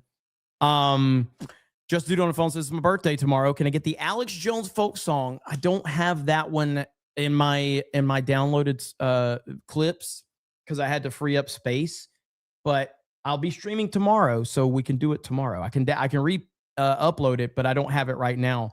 So happy early birthday, Just a Dude on a Phone. But I don't have the Alex Jones folk song downloaded right now, or I would absolutely play it. So sorry about that. With that said, we're going to end. Jessica's yelling at me, and she's ready. She's ready to go cook like a woman should. But all right, so we're going to end it there. Another one in the books. Thank you all so much for hanging out. It's been a fun one. And let's see, tomorrow's Tuesday, but I'm definitely wanting to go live before Tuesday night's main event. So, so you might see me at some point earlier in the day, and then we have Tuesday night's main event. Eric K says, is it too late to open a K Care Leering Center? And we got the game. So the Texans and the Steelers are playing right now at 7-6. But thank you guys so much. I really do appreciate it. We're going to leave you with King Trump and his gladiator speech. So you guys have a good evening, and we will talk to all of you later. Bye, everyone. If we don't take Greenland, Russia or China will. And I'm not letting that happen. If we don't take Greenland, Russia or China will take Greenland, and I am not going to let that happen. You know, they can offer you either like... Yeah, sure, I'd love to make a deal with them. It's easier. But one way or the other, we're going to have Greenland.